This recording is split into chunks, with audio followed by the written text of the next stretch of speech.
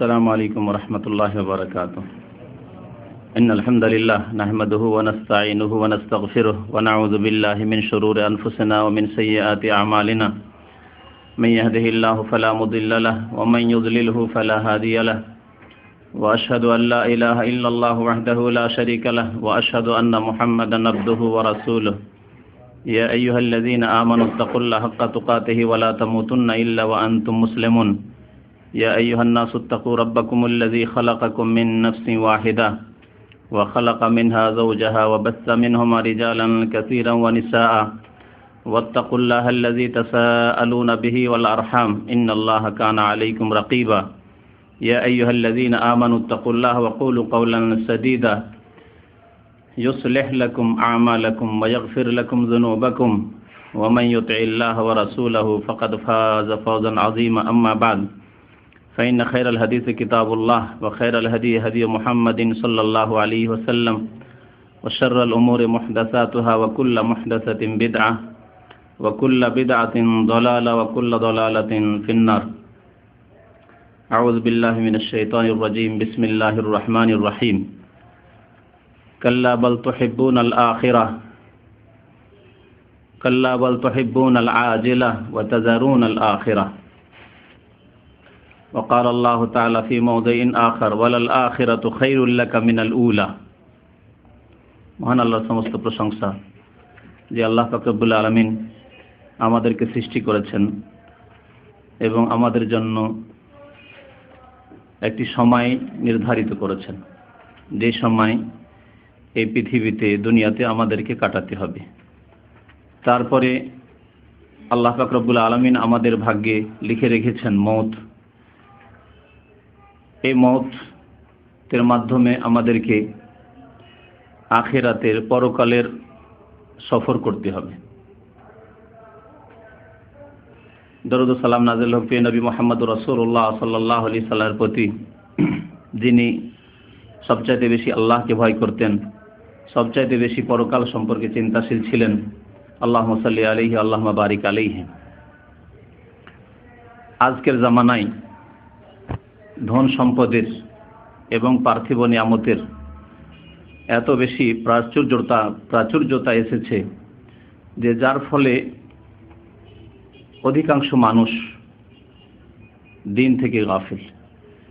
বরং অধিকাংশ মানুষ না বলে যদি বলি অধিকাংশ মুসলিম দিন থেকে, আল্লাহ থেকে, পরকাল থেকে গাফিল, তাহলে সেটি হবে ঠিক। কারণ মানুষ তো অধিকাংশ সব যুগেই গাফিল থেকেছে, কিন্তু মুসলিম অধিকাংশ গাফিল তা আমাদের স্বর্ণযুগে ছিল না। দীর্ঘদিন ধরে নবী করিম সাল্লাল্লাহু আলাইহি ওয়াসাল্লামের তরবিয়তের বরকতে মানুষ ছিল দিনমুখী, আল্লাহমুখী, পরকালমুখী, দুনিয়ামুখী ছিল না। কিন্তু ধীরে ধীরে ধীরে মানুষের ঈমান দুর্বল হয়ে পড়ায়, আল্লাহর প্রতি বিশ্বাস কমজোর হয়ে যাওয়ায়, পরকালের প্রতি বিশ্বাস ঈমান কমজোর হয়ে যাওয়ায় এবং ধন সম্পদ মানুষের হাতে খুব বেশি চলে আসায়, দুনিয়ার আরামের যেসব বস্তু রয়েছে সেগুলি মানুষের হাতে চলে আসায় মানুষ দুনিয়ামুখী হয়ে পড়েছে, আখিরাতকে পিছনে ছেড়ে দিয়েছে। অথচ জ্ঞানীর পরিচয় হচ্ছে আখিরাতমুখী হওয়া। জ্ঞানীর পরিচয় হচ্ছে যে যেখানে চিরকাল থাকতে হবে সেখানকার জন্য কাজকর্ম করা। আমরা এই জ্ঞানটুকু দুনিয়ার ক্ষেত্রে রাখি, যার ফলে আমরা বিদেশে প্রবাসী, আমরা সবাই প্রবাসে আছি। এখানে আমরা প্রবাসী জীবনে আছি, আমরা সব সময় চিন্তা করছি দেশে গিয়ে কি করব, দেশে গিয়ে কি করব, দেশে গিয়ে কিভাবে জীবন যাপন করব, দেশে ছেলে মেয়েদেরকে কি করে মানুষ করব, দেশে কি করে সুখী হব। আমরা এখানে বেশি সুখী হয়ে থাকার কথা চিন্তা করি না। আমরা চিন্তা করি যে এখানে যদি কঠোর মেহনত পরিশ্রম করতে হয়, কিন্তু পরে দেশে গিয়ে যাতে করে একটা কিছু করে বসা যায়, করে খাওয়া যায়। এই জ্ঞানটুকু দেওয়ার জন্য কোনো বক্তব্যের প্রয়োজন হয় না, কোনো ওয়াজ উপদেশের প্রয়োজন হয় না, এইটুকু সবার জ্ঞানে আছে। কিন্তু মওত সম্পর্কে, পরকাল আখিরাত সম্পর্কে মানুষকে ওয়াজ করেও, উপদেশ দিয়েও কোরআন এবং হাদিস আল্লাহ এবং রসুলের কথা বলেও বোঝানো যায় না।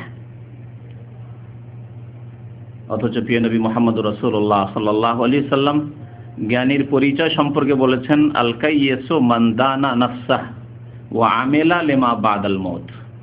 জ্ঞানবান ব্যক্তি, বুদ্ধিমান ব্যক্তি ওই ব্যক্তি যেই ব্যক্তি মান দানা নাফসাহ, নিজের নফসের, নিজের জীবনের হিসাব নিকাশ নিজেই করে, যে আমি সৎ লোক না অসৎ লোক, আমি ভালো কাজ করছি না মন্দ কাজ করছি, আমি আল্লাহর কাছে গিয়ে জবাবদেহি করতে পারবো না পারবো না, আমি পাস করতে পারবো না ফেল করে যাব, আমি নামাজে পাস কিনা, আমি আমার রোজায় পাস কিনা, আমি আমার যাকাতে পাস কিনা, আমি আমার মাতা পিতার খেদমত সেবায় পাস কিনা, আমি মানুষের সাথে আদান প্রদানের ক্ষেত্রে, চালচলনের ক্ষেত্রে, আখলাক ব্যবহারের ক্ষেত্রে পাস কিনা, আমি কি আজকে মানুষের উপর জুলম অত্যাচার করেছি, আমি কি আজকে গীবত করেছি, আমি কি চুগলখড়ি করেছি, আমি কি আজকে কোনো হারাম কিছু দেখেছি, হারাম কথা বলেছি, অশ্লীল কথা বলেছি বা অশ্লীল আচরণ করেছি ইত্যাদি। নিজের হিসাব নিজেই করবে ওই ব্যক্তি হচ্ছে জ্ঞানী। আর নিজের হিসাব যেহেতু নিজেই করে, সুতরাং ওয়া আমেলা লিমা বাদাল মউত, সেজন্য সে মরণের পরে যে জীবন আসছে সেই জীবনের জন্য সে আমল করবে, কর্ম করবে। ওই ব্যক্তি হচ্ছে জ্ঞানী ব্যক্তি, বুদ্ধিমান। দুনিয়ার ক্ষেত্রে আমরা বড় বুদ্ধিমান, কিন্তু আখেরাতের ক্ষেত্রে বুদ্ধিমানের আমরা পরিচয় দিই না অধিকাংশ মুসলিম। আল্লাহ পাক রব্বুল আলামিন তাই বিভিন্ন জায়গায় আখেরাতের কথা স্মরণ করিয়েছেন। বহু আয়াতে আখেরাতের কথা স্মরণ করানো হয়েছে, কারণ মানুষ গাফিল হয়ে যায়, মানুষ ভুলে যায়, মানুষ অচেতন হয়ে যায়। তাদেরকে সচেতন করার জন্য, তাদেরকে জাগানোর জন্য আল্লাহ পাক রব্বুল আলামিন বহু জায়গায় পরকালের সম্পর্কে চিন্তাশীল হওয়ার জন্য উৎসাহিত করেছেন, স্মরণ করিয়েছেন। এবং উম্মতের জ্ঞানীদেরকে, উলামায়ে কেরামদেরকে, ভালো মানুষদেরকে বলেছেন অন্যদেরকেও তোমরা স্মরণ করাও। ওয়াযাক্কির ফাইন্না যিকরা তানফাউল মুমিনিন। আল্লাহ পাক ইরশাদ করেছেন, তুমি স্মরণ করিয়ে দাও হে নবী মুহাম্মদ সাল্লাল্লাহু আলাইহি সাল্লাম। নবী করিম সাল্লাল্লাহু আলাইহি সাল্লামকে প্রথম আদেশ হয়েছিল আল্লাহর পক্ষ থেকে, আর তারপরে প্রত্যেক জ্ঞানী ব্যক্তি, যে ব্যক্তি সৎ কর্মশীল, তাকে আল্লাহ বলছেন তুমি অন্যদেরকে স্মরণ করিয়ে দাও। স্মরণ করিয়ে দাও আল্লাহ সম্পর্কে, আল্লাহর কুদরত, আল্লাহর ক্ষমতা সম্পর্কে, আল্লাহর জ্ঞানের ব্যাপকতা সম্পর্কে, যে আল্লাহ পাক রব্বুল আলামিনের ইলমের বাইরে যেতে পারো না। তুমি করবে চুরি, আত্মসাৎ, বেঈমানি, নামাজ পড়বে না, আল্লাহ কি দেখলেন না? আল্লাহ পাক রব্বুল আলামিনের ক্ষমতা কুদরতের বাইরে যেতে পারো না। তুমি কি অন্যায় পাপ করে কোনো দেশ থেকে তো পালিয়ে যেতে পারো, উধাও হয়ে যেতে পারো, কিন্তু আল্লাহ পাক রব্বুল আলামিনের কুদরত ক্ষমতার বাইরে কি যেতে পারবে? ওয়াযাক্কির, স্মরণ করিয়ে দাও। স্মরণ করিয়ে দাও পরকাল, যে মওতের রাস্তায় আসতেই হবে, আর কবরে নামতেই হবে, আর সেখানে জবাবদেহি করতে হবে। আবার তারপরে নির্দিষ্ট সময় কবরে থেকে যখন আল্লাহর আদেশ হবে আবার উঠে আখেরাতে হাসরের মাঠে বিচার দিবসে হাজির হইতে হবে, সেখানে জবাবদেহি করতে হবে। ওয়াযাক্কির, স্মরণ করিয়ে দাও। আল্লাহ আমাদেরকে স্মরণ করাতে বলেছেন, একে অন্যকে স্মরণ করিয়ে দেবে। কারণ এতে লাভ কি? আল্লাহ বলেছেন ফাইন্না যিকরা তানফাউল মুমিনিন, কারণ স্মরণ করিয়ে দিলে মুমিনের ফায়দা হবে, উপকার হবে। মুমিন ব্যক্তি যার আল্লাহর প্রতি বিশ্বাস আছে, পরকালের প্রতি বিশ্বাস আছে, সেই ব্যক্তি যদি গাফেলও হয়ে যায়, সচেতন করে দিলে সে সচেতন হয়ে যাবে, জাগিয়ে দিলে জেগে উঠবে, সে তখন কর্মতৎপর হয়ে যাবে, আমল করা শুরু করবে, সংশোধন করা শুরু করবে, তওবার রাস্তায় আসবে, আল্লাহমুখী হবে, আখিরাতমুখী হবে। তাই আজকে আখিরাতের বিভিন্ন স্তরগুলি স্মরণ করিয়ে দেওয়ার উদ্দেশ্যে খুব সংক্ষেপে আখিরাতের বহু স্তর রয়েছে, সেই স্তরগুলি উল্লেখ করব। আর তারপরে আমার দীর্ঘদিনের একটি ওয়াদা আছে, যেসব পুরানো ভাইরা আসেন তাদের সাথে, যে এই প্রত্যেকটি স্তর সম্পর্কে বিস্তারিত কোরআন এবং হাদিসগুলি নিয়ে এসে আপনাদের সামনে পেশ করব, যাতে করে আখিরাত সম্পর্কে আমাদের ঈমান আরও মজবুত হয়। আর ঈমান যত বেশি যার মজবুত হবে, তত বেশি তার আমল সুন্দর হবে, তত বেশি তার আমল সুন্দর হবে। আপনাকে যদি কি এখন সংবাদ দেয় যে এখানে কোনো একটা বড় বিপদ আসতে যাচ্ছে, আল্লাহ না করে ভূমিকম্প আসছে, আর এই কথার উপর যদি আপনার বিশ্বাস হয়ে যায়, তাহলে আপনি যত তাড়াতাড়ি সম্ভব আপনি নিরাপদ স্থান খুঁজবেন আপনার জন্য, যে কোনখানে গেলে একটু বেশি নিরাপদ থাকতে পারি। কিন্তু যদি আপনার বিশ্বাস দুর্বল হয়, যে হতেও পারে নাও হইতে পারে, হতে পারে নাও হইতে পারে, অথবা না না ভুল কথা, হবে না, ভূমিকম্প হবে না, তাহলে আপনি এই ক্ষেত্রে তৎপর হবেন না। আপনাকে হেফাজতের স্থানে, এমন স্থানে যেখানে হয়তো আপনার আশা আছে যে ওখানে হয়তো বিপদ কম হতে পারে, এরকম স্থানে যাওয়ার আপনি চিন্তা নিয়ে আসবেন না মনে। তো যার যত ঈমান মজবুত হবে আল্লাহর প্রতি এবং আখিরাতের প্রতি, তার তত আমল সুন্দর হবে। তাকে আর নামাজের কথা বলতে হবে না, নিজে নামাজ পড়বে, অন্যকে নামাজের জন্য উৎসাহিত করবে। তাকে দিনের ভালো কাজের কথা বলতে হবে না, তাকে মাতা পিতার সেবার কথা বলতে হবে না। এক ভাই আরেক ভাইকে বলবে যে আমিও দিলাম তুমিও দাও, এসব বলার প্রয়োজন নেই। আর কে দিল কে দিল না, আমার অন্য ভাই দেয় না কেন, আমি কেন একাই দিব, এইসব কথাবার্তা প্রশ্ন নিয়ে আসবে না। সে মনে করবে যে আমি ভাগ্যবান যে আম্মার সেবা করতে পেরেছি, আব্বার সেবা করতে পেরেছি, ভাগ্যবান আমি। ভাই বোনের আমি লালন পালন করতে পেরেছি, ভাগ্যবান আমি। হতভাগা আমার ভাইয়েরা, তাদের তৌফিক হয়নি, আলহামদুলিল্লাহ আমার তৌফিক হয়েছে। এইভাবে সে চিন্তা করবে। তো জীবনের প্রত্যেকটি ক্ষেত্রে ইসলামী বিধান বাস্তবায়নের জন্য চেষ্টা করবে যখন আখিরাতের প্রতি, আল্লাহর প্রতি ঈমান মজবুত হবে। তাই আখিরাত সম্পর্কে আপনাদের সামনে আলোচনা করব। আল্লাহ পাক রব্বুল আলামিন কোরআনুল কারীমের প্রথম সূরা ফাতিহা, তারপরে সূরাতুল বাকারা। সূরা ফাতিহাতে আল্লাহ পাক রব্বুল আলামিন এই বিষয়কে ছাড়েননি। মালিক ইয়াউমিদ্দিন, আল্লাহ বলছেন মালিক ইয়াউমিদ্দিন। আল্লাহ পাক রব্বুল আলামিন তিনি বিচার দিবসের অধিপতি, মালিক, একক মালিক। সেদিন আর কোনো মালিক থাকবে না, না সেদিন রাজা বাদশাহ থাকবে, না প্রধানমন্ত্রী রাষ্ট্রপতি থাকবে, না কেউ ওলি মুর্শেদ থাকবে।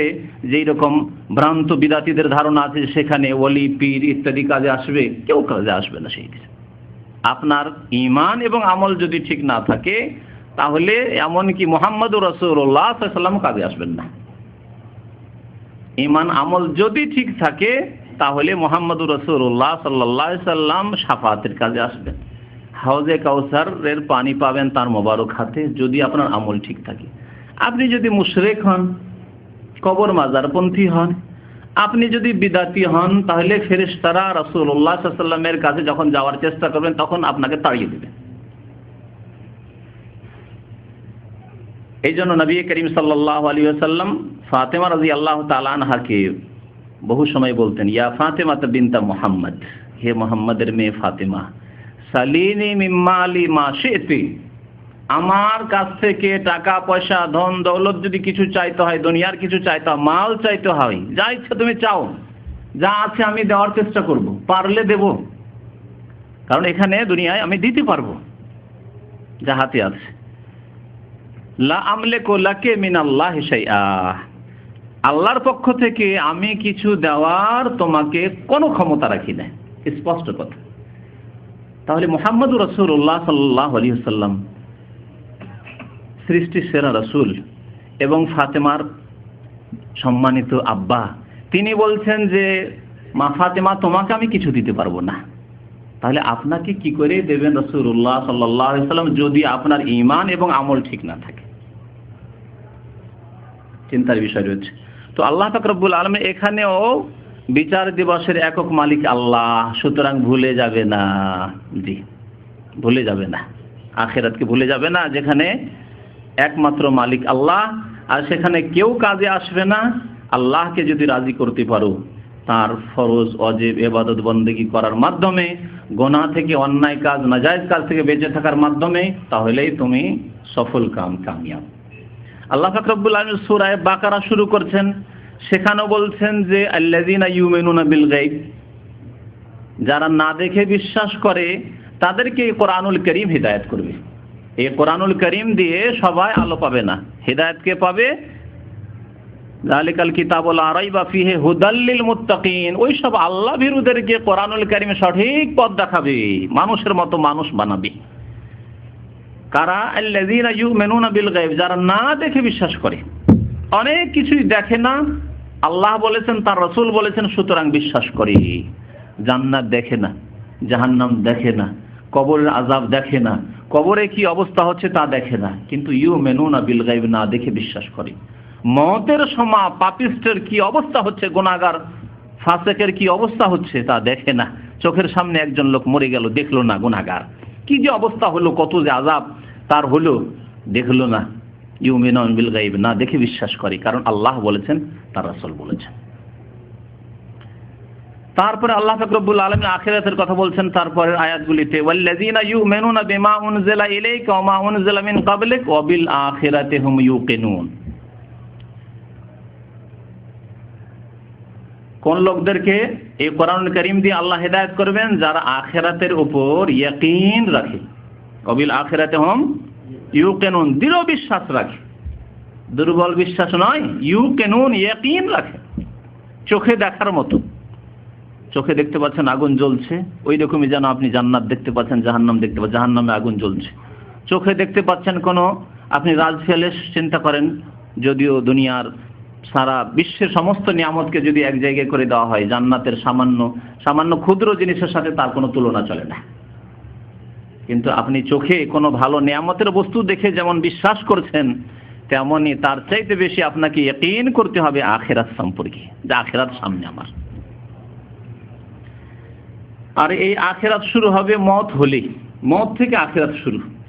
আখিরাত মানে বিচার দিবসে যা অত দূরে নয়, মওত থেকে আখিরাত শুরু, মওত থেকে আপনার কিয়ামত শুরু, মওত থেকে আপনার দুনিয়া শেষ, দুনিয়ার সমাপ্তি ঘটে গেল।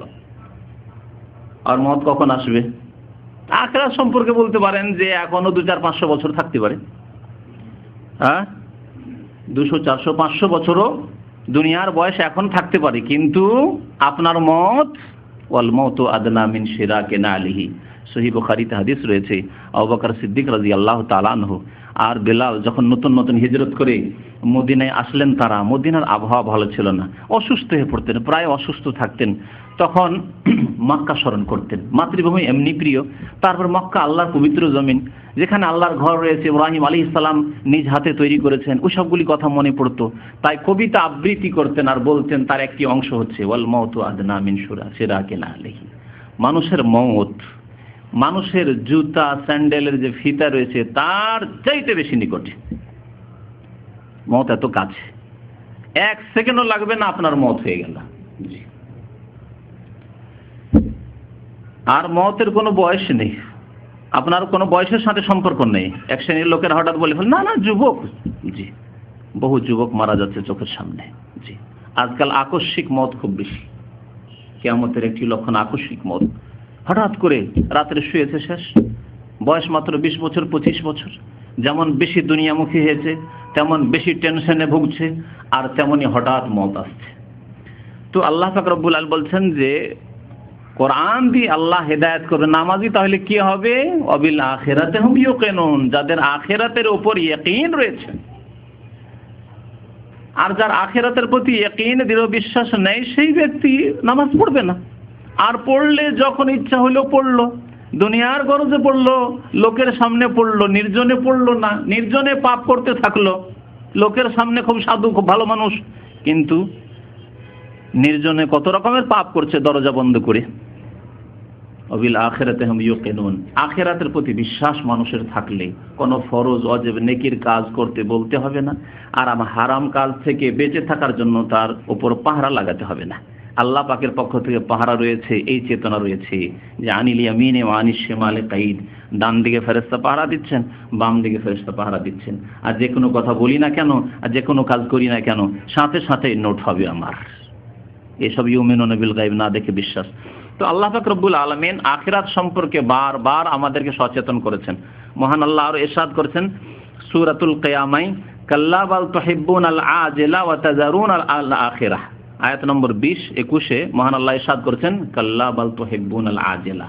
মানুষের স্বভাব হচ্ছে, এটি হচ্ছে মানুষের স্বভাব, প্রাকৃতিক স্বভাব, যে তোমরা নগদ নগদ ভালোবাসো, নগদ নগদ ভালোবাসো। নগদ নগদ বেতন পেয়ে যান, খুব খুশি, আর বেতন 2-4-5 মাস বাকি হয়ে গেলে মন খারাপ। হ্যাঁ, যদিও আপনাকে বেশি করেই দেওয়া হোক না কেন, মন খারাপ। আর এটা যদি আবার আখিরাতের ব্যাপার হয়, তাহলে তো আর পয়সার ব্যাপার স্যাপার না। হ্যাঁ, দুনিয়ামুখী এমন হয়েছি যে সেখানে তো আর রিয়াল আর ডলারের কথা না, সেখানে নেকি নয় গুনাহ, আর ওগুলোর পরোয়াই নেই, বেখিয়াল, ভুলে গেছি। আল্লাহ বলছেন তোমাদের স্বভাব হচ্ছে আজেলাকে ভালোবাসো, নগদকে ভালোবাসো, ওয়াতাযারুন আল আখিরা, আর কিছুক্ষণ পরেই যা আসছে আখিরাত। আখিরা মানে যেটা পরে আসছে, যেহেতু দুনিয়ার পরে আখিরা মানে একেবারে বিলম্ব না, হঠাৎ করে আপনার আখিরাত শুরু হয়ে যাবে, মত শুরু হতে পারে, কিন্তু যেহেতু আপনার হায়াতের পরে মত, আপনার দুনিয়ার পরে আখিরাত, আপনি প্রথম, আল্লাহর নিজাম হচ্ছে, নীতিমালা হচ্ছে যে দুনিয়াতে আল্লাহ আপনাকে প্রথম পাঠাবেন, তারপরে নির্দিষ্ট সময় থাকবেন, আর তারপরে আখিরাতে যাবেন। এই জন্য আখিরাতকে আখিরাত বলা হয়। আখিরাত যেহেতু পরে আসে সেজন্য আখিরাত বলা হয়। দুনিয়াকে দুনিয়া এই জন্য বলা হয় যে দুনিয়া মানে নিকটে। আপনি প্রথম মায়ের পেট থেকে আসলে আপনার নিকটে দুনিয়া, পৃথিবীতে আপনি পদার্পণ করলেন। আর দুনিয়ার আরেকটি অর্থ হচ্ছে নিকৃষ্ট। আখিরাতের তুলনায় দুনিয়া একেবারে নিকৃষ্ট। এই দুনিয়ার জালে ফেসে গিয়েই অধিকাংশ মানুষ জাহান্নামে নিন্দন হচ্ছে, জাহান্নামের পথে চলে যাচ্ছে। টাকার লোভে, নেতৃত্বের লোভে, পদের লোভে, আর মান সম্মানের লোভে, ইত্যাদি ইত্যাদি, দুনিয়ার কত কিসের লোভে, জি, সাময়িক কিছুক্ষণ 5 মিনিটের আরাম এবং ভোগের লোভে আখিরাতকে ধ্বংস করছে। সেজন্য দুনিয়া নিকৃষ্ট হওয়ার কারণে দুনিয়াকে দুনিয়া বলা হয়। তো আল্লাহ পাক বলছেন যে তোমরা আখিরাতকে উপেক্ষা করে, আখিরাতকে ছেড়ে দিয়ে তোমরা নগদকে ভালোবাসো, অথচ আখিরাতে সেখানে চিরকাল থাকতে হবে। কোথায় থাকবে সে সম্পর্কে তোমার চিন্তা নেই। মহান আল্লাহ পাক আরো ইরশাদ করেছেন সূরাতুদ দুহাতে, আমপারাই, ওয়ালাল আখিরাতু খায়রুল লাকা মিনাল উলা, নিশ্চয় পরকাল তোমার জন্য দুনিয়ার তুলনায় অনেক উত্তম। দুনিয়ার তুলনায়, পৃথিবীর তুলনায়, পৃথিবীতে যতই বড় আপনি ধন সম্পদের মালিক হয়ে, নেতা হয়ে যান, আপনি যতই কিছু হয়ে যান না কেন, আপনি এই দুনিয়া সারা বিশ্বের মালিক যদি আপনাকে বানিয়ে দেওয়া হয়, আখিরাত তার তুলনায় অনেক উত্তম। আখিরাতে যদি আপনি সর্বনিম্ন জান্নাতি হন, তবুও আপনার জন্য অনেক উত্তম। ওয়ালাল আখিরাতু খায়রুল লাকা মিনাল উলা। আল্লাহ পাক রব্বুল আলামিন যারা দুনিয়ার পিছনে ছুটে তাদেরকে আখিরাত দেন না। সুতরাং পরকালের জন্য ছুটতে হবে, আল্লাহর দিকে ছুটতে হবে। আল্লাহ আমাদেরকে এই জন্য সৃষ্টি করেছেন যে তাঁর ইবাদত বন্দেগী, আদেশ নিষেধ পালনের মাধ্যমে আল্লাহকে সন্তুষ্ট করে আমরা আখিরাতমুখী হব। তাই মহান আল্লাহ পাক ইরশাদ করেছেন, ফামিনান নাস মান ইয়াকুলু রাব্বানা আতিনা ফিদ দুনিয়া ওয়া মা লাহু ফিল আখিরাতি মিন খালাক। কিছু লোকের আছে, আর তাদের সংখ্যাই বেশি, যারা বলে দুনিয়া চাই, দুনিয়া চাই। প্রথম চাইলেন চাকরি, কাজ নেই, কাজ লাগলো, কাজ হওয়ার পরে আসতে লাগলো টাকা পয়সা, যথেষ্ট টাকা পয়সা, টাকা পয়সা চাই, টাকা পয়সা চাই, যথেষ্ট টাকা পয়সা আসলো। বাড়ি চাই, বাড়ি হইল। তারপরে নারী চান, নারী হইল। গাড়ি চান, গাড়ি হইল। পেট ভরে না, কিন্তু পেট ভরে না। তো আল্লাহ পাক বলছেন যে যারা শুধু দুনিয়া চায়, আর নামাজের কথা বলেন, সময় পাচ্ছি না, খুব ব্যস্ত। এক সেই লোকদের এইরকমই কথা। যদি বলেন ভাই দিন শিখেন, খুব ব্যস্ত, লেমোজিন চালায়, গাড়ি চালায়, সময় পাই না, জি। অথবা চাকরি করি, 10 ঘন্টা ডিউটি করি, সময় পাই না। আরো আশ্চর্য লাগে যদি এইরকম কথা আমি নিজ কানে শুনি, যে ডিউটি তো 7টার সময় শেষ হয়ে আসবেন, দিনই আলোচনা শোনার জন্য আসবেন না, ছেলে মেয়েদেরকে নিয়ে একটু কর্নিশে যেতে হয়, বিচে যেতে হয়। আউযুবিল্লাহ। তাহলে এই শ্রেণীর লোকদেরকে আপনি কি বলবেন? এই আয়াতটি তাদেরকে শোনাইয়ে দেন। ফামিনান নাস মান ইয়াকুলু রাব্বানা আতিনা ফিদ দুনিয়া। কিছু লোকের আছে যারা শুধু দুনিয়া চায়, দুনিয়া চায়, পেট পেট, পয়সা, টাকা। ওয়া মা লাহু ফিল আখিরাতি মিন খালাক। আল্লাহ বলছেন আখিরাতে তাদের কোনোই অংশ নেই, কিছুই পাবে না, জিরো। জান্নাত থেকে কিছু পাবে না, জাহান্নাম পাবে না। জান্নাত না পেলেই জাহান্নাম, কারণ তৃতীয় আর কোনো স্থান নেই যে জান্নাতও পেল না, জাহান্নাম পেল না, বেঁচে গেল না। আখিরাতে আল্লাহর নিয়ামত থেকে কিছুই পাবে না, আল্লাহর আযাব ছাড়া। আর যারা দোয়া করে, কি দোয়া? তারপরে রয়েছে এই দোয়া, রব্বানা আতিনা ফিদ দুনিয়া হাসানা ওয়া ফিল আখিরাতি হাসানা। আল্লাহ দুটোই চাইতে বলেছেন। আল্লাহ দুনিয়াতেও আমাদেরকে সুখে শান্তিতে রাখো, ওয়া ফিল আখিরাতি হাসানা, আখিরাতেও মঙ্গল দান করো, আল্লাহ জান্নাত দান করো, আযাব থেকে বাঁচাও, ওয়া কিনা আযাবান নার, জাহান্নামের আযাব থেকে রেহাই দাও। উলাইকা লাহুম নসীবুম মিম্মা কাসাবু। যা কিছু করবে আল্লাহ তাদেরকে পূর্ণ মাত্রায় দেবেন, আল্লাহ দেবেন তাদেরকে। সুতরাং আমরা আখিরাতমুখী হব, আর এই রাস্তায় চলতে গিয়ে যা আল্লাহ আমাদেরকে রুজি দিয়েছেন, আহার দিয়েছেন, তা গ্রহণ করব। অর্থাৎ আপনি চাকরি করছেন, চাকরি আপনার করে যান, আপনি আপনার গাড়ি চালাচ্ছেন, ঠিক আছে, কিন্তু আখিরাতমুখী। আখিরাতমুখী হলে আপনার অবস্থা কেমন থাকবে? প্রথম শুরু করি মত থেকে শুরু করি, কারণ আগে বলেছি যে মানুষের আখিরাত পরকাল শুরু হয় কোত্থেকে? মত থেকে শুরু হয়। এই মত যখন আসবে, খুব সংক্ষেপে বলছি, এমন কোন মানুষ আছে বা এমন কোন জীব আছে যার মত হবে না? সবার মত হবে। শেষখানে মালাকুল মউত, যে আমাদের সবার রূহ কবজ করে আম্বিয়া রাসূলকেও ছাড়েননি আল্লাহর আদেশ, তারও মত হবে, তারও মত হবে। কুল্লু নাফসিন যায়িকাতুল মউত, জীব মাত্রেই, প্রাণী মাত্রেই তাকে কি করতে হবে? মতের স্বাদ গ্রহণ করতে হবে। যায়িকাতুল মউত, উপায় নেই, মতের স্বাদ গ্রহণ করতে হবে। তাহলে এমন একটি জায়গা যেখান দিয়ে অতিক্রম করতেই হবে, এমন একটি ঘাট যে ঘাটে নামতেই হবে, তাহলে সেই ঘাটে নামার মতো প্রস্তুতি তো থাকতে হবে। আর যে কোনো সময় যদি নামতে হয় তাহলে তার প্রস্তুতি থাকতে হবে। আপনি যদি চিন্তা করুন, বিদেশে কাজ করছেন, চাকরি করছেন, যে কোনো সময় আপনার সফর হতে পারে, আর এক্সিটের সফর, তাহলে আপনাকে আপনার মাল সামান তৈরি রাখতে হবে।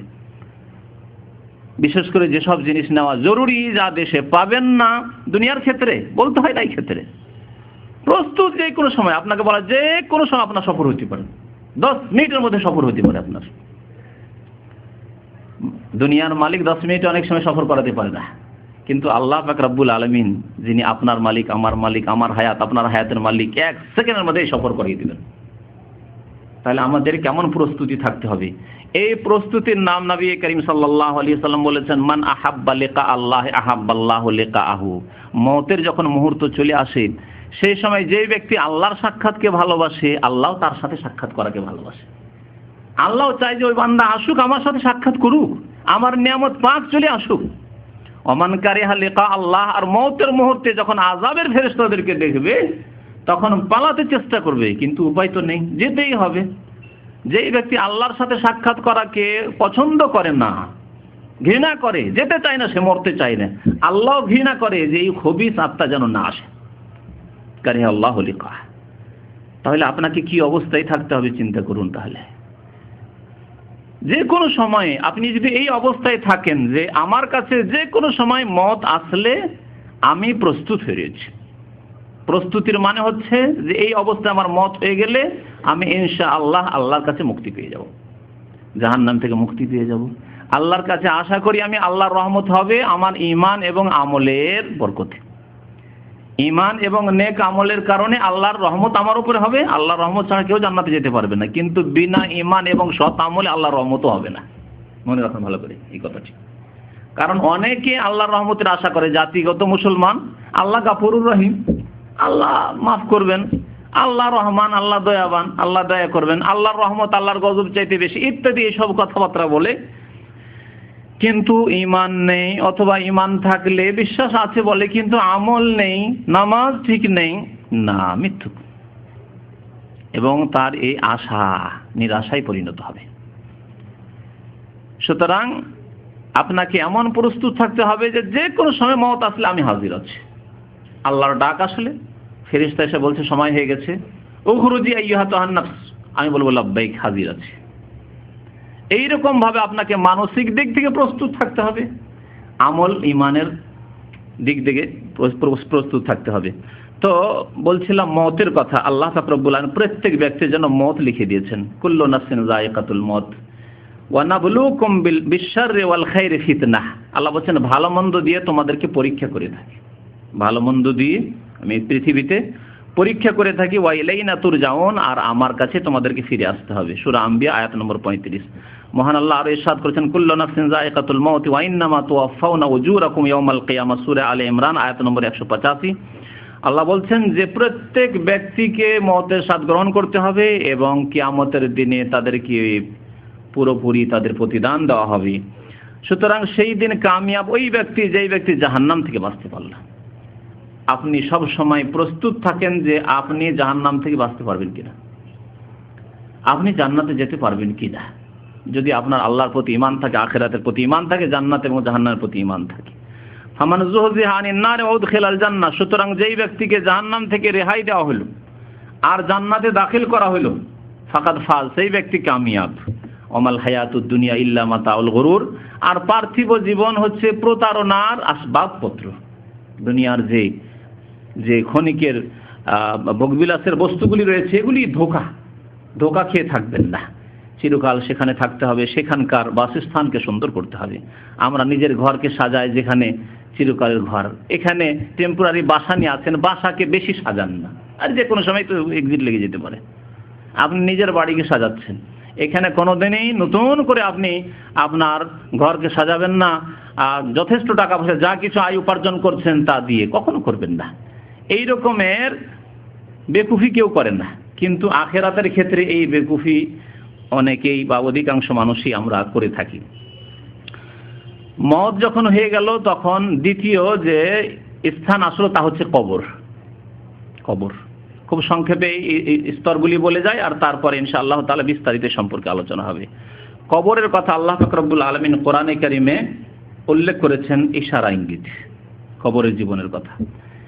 আল্লাহ পাক ইরশাদ করেছেন সূরা ইব্রাহিম আয়াত নম্বর 27-এ, ইউসাব্বিতুল্লাহুল্লাযীনা আমানু বিল কওলিস সাবিতি ফিল হায়াতিদ দুনিয়া ওয়া ফিল আখিরাহ। সাহাবায়ে কেরামরা বলতেন যে এই আয়াত কবরের আযাব সম্পর্কে বা কবরের নিয়ামতের জীবন সম্পর্কে নাযিল হয়েছে।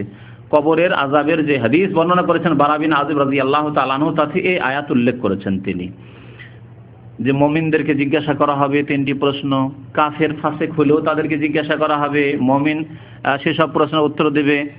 আর কাফের জবাব দিতে পারবে না, মুনাফিক জবাব দিতে পারবে না, যে বেআমল বেনামাজি জবাব দিতে পারবেন বলে হা লা আদরি, আমি তো তেমন কিছু জানি না, লোকেরা যা করতো তাই করতো, আমি তেমন কিছু বুঝি না। তো সেই সময় মুমিন যখন জবাব দিবে 3টি প্রশ্নের, সেই মর্মে আল্লাহ পাক এই আয়াত নাযিল করেছে, ইউসাব্বিতুল্লাহুল্লাযীনা আমানু, মুমিনদেরকে আল্লাহ পাক সেখানে অটল রাখবেন,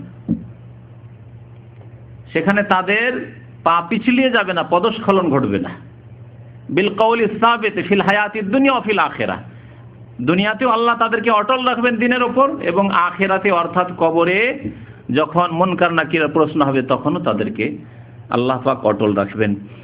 এইরকমই ফেরাউন এবং ফেরাউনের বংশধর যারা কুফরের অবস্থায় মারা গেছে তাদের সম্পর্কে কোরআনে কারীম আল্লাহ বলেছেন, আন্নার ইউরাদুনা আলাইহা গুদুওয়ান ওয়া আশিয়া, সকাল বিকাল ফেরাউন এবং ফেরাউনের বংশধর যারা মুসা আলাইহিস সালাম এবং তার নিয়ে আসা দিনের শত্রুতা করে ধ্বংস হয়েছিল, তাদের ওপর জাহান্নামের আগুন পেশ করা হচ্ছে।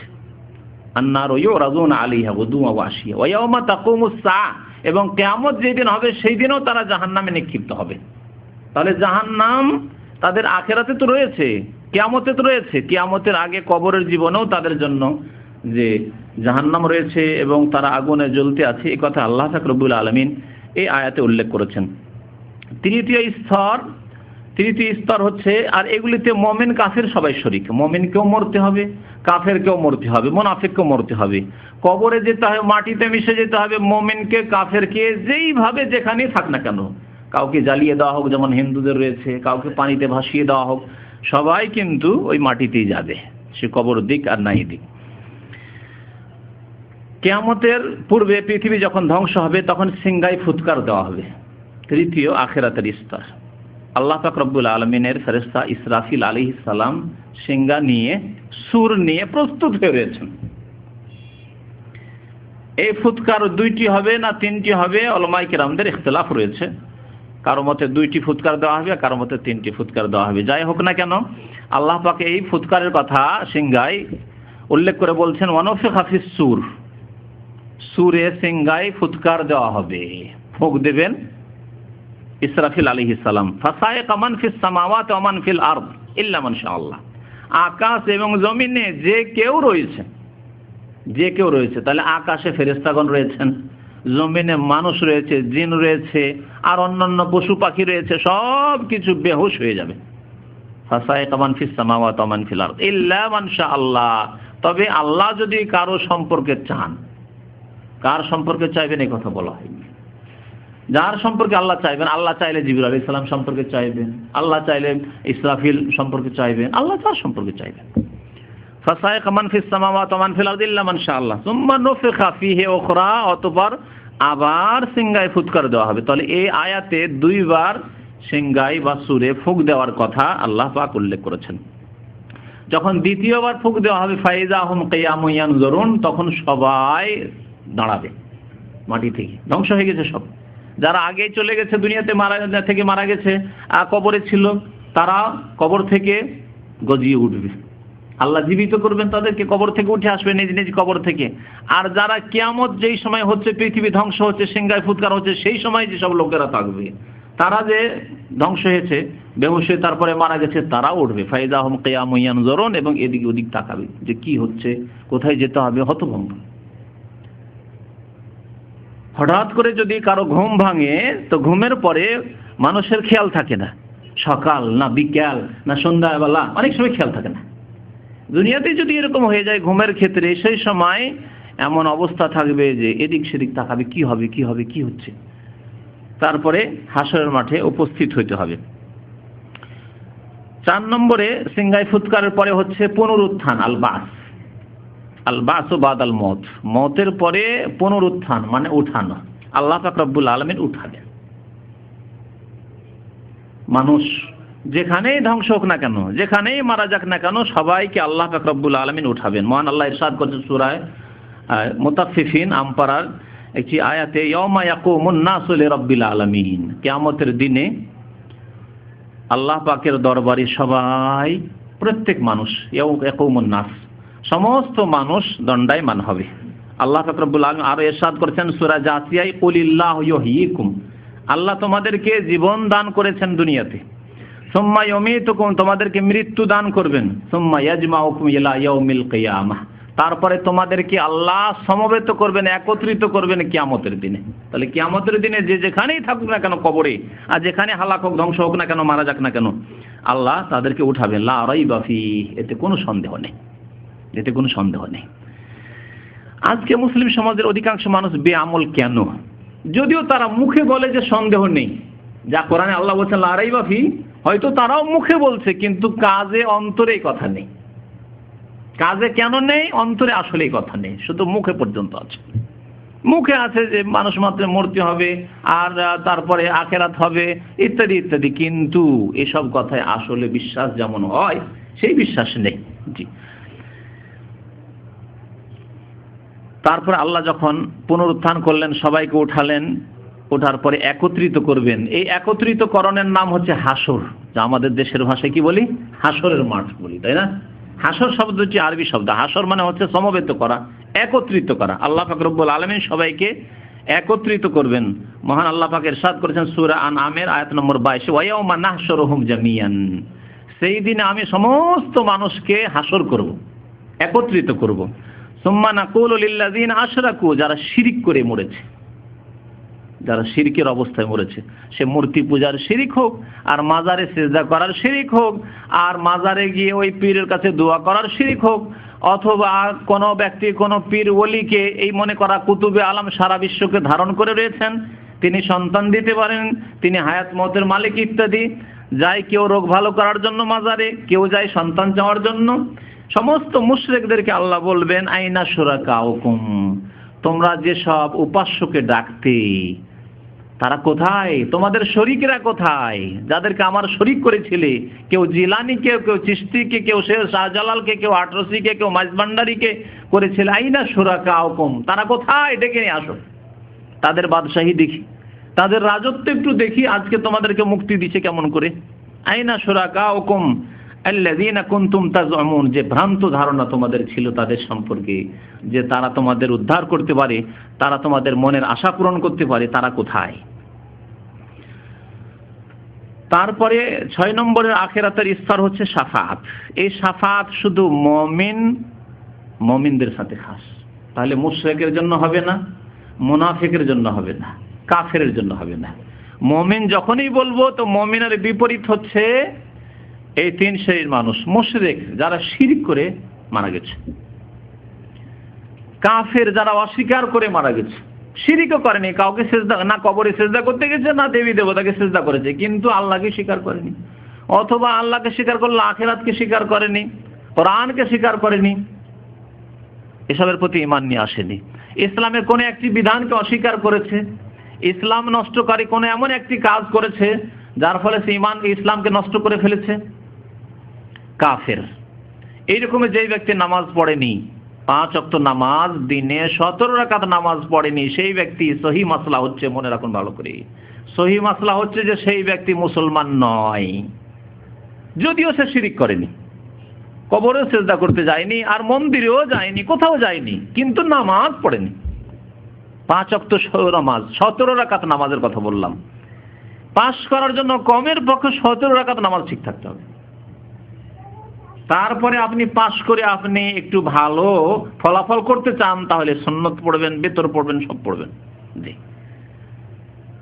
যে যত ফলাফল করতে চান ভালো, কিন্তু নামাজ না পড়ে মুসলমান থাকা যায় না। ফামান তারাকাহা ফাকাদ কাফারা, নবী করিম সাল্লাল্লাহু আলাইহি ওয়াসাল্লাম, যেই ব্যক্তি নামাজ কি করলো, ছেড়ে দিল, তারাকা মানে ছেড়ে দেওয়া, তারাকা মানে অস্বীকার করা নয়।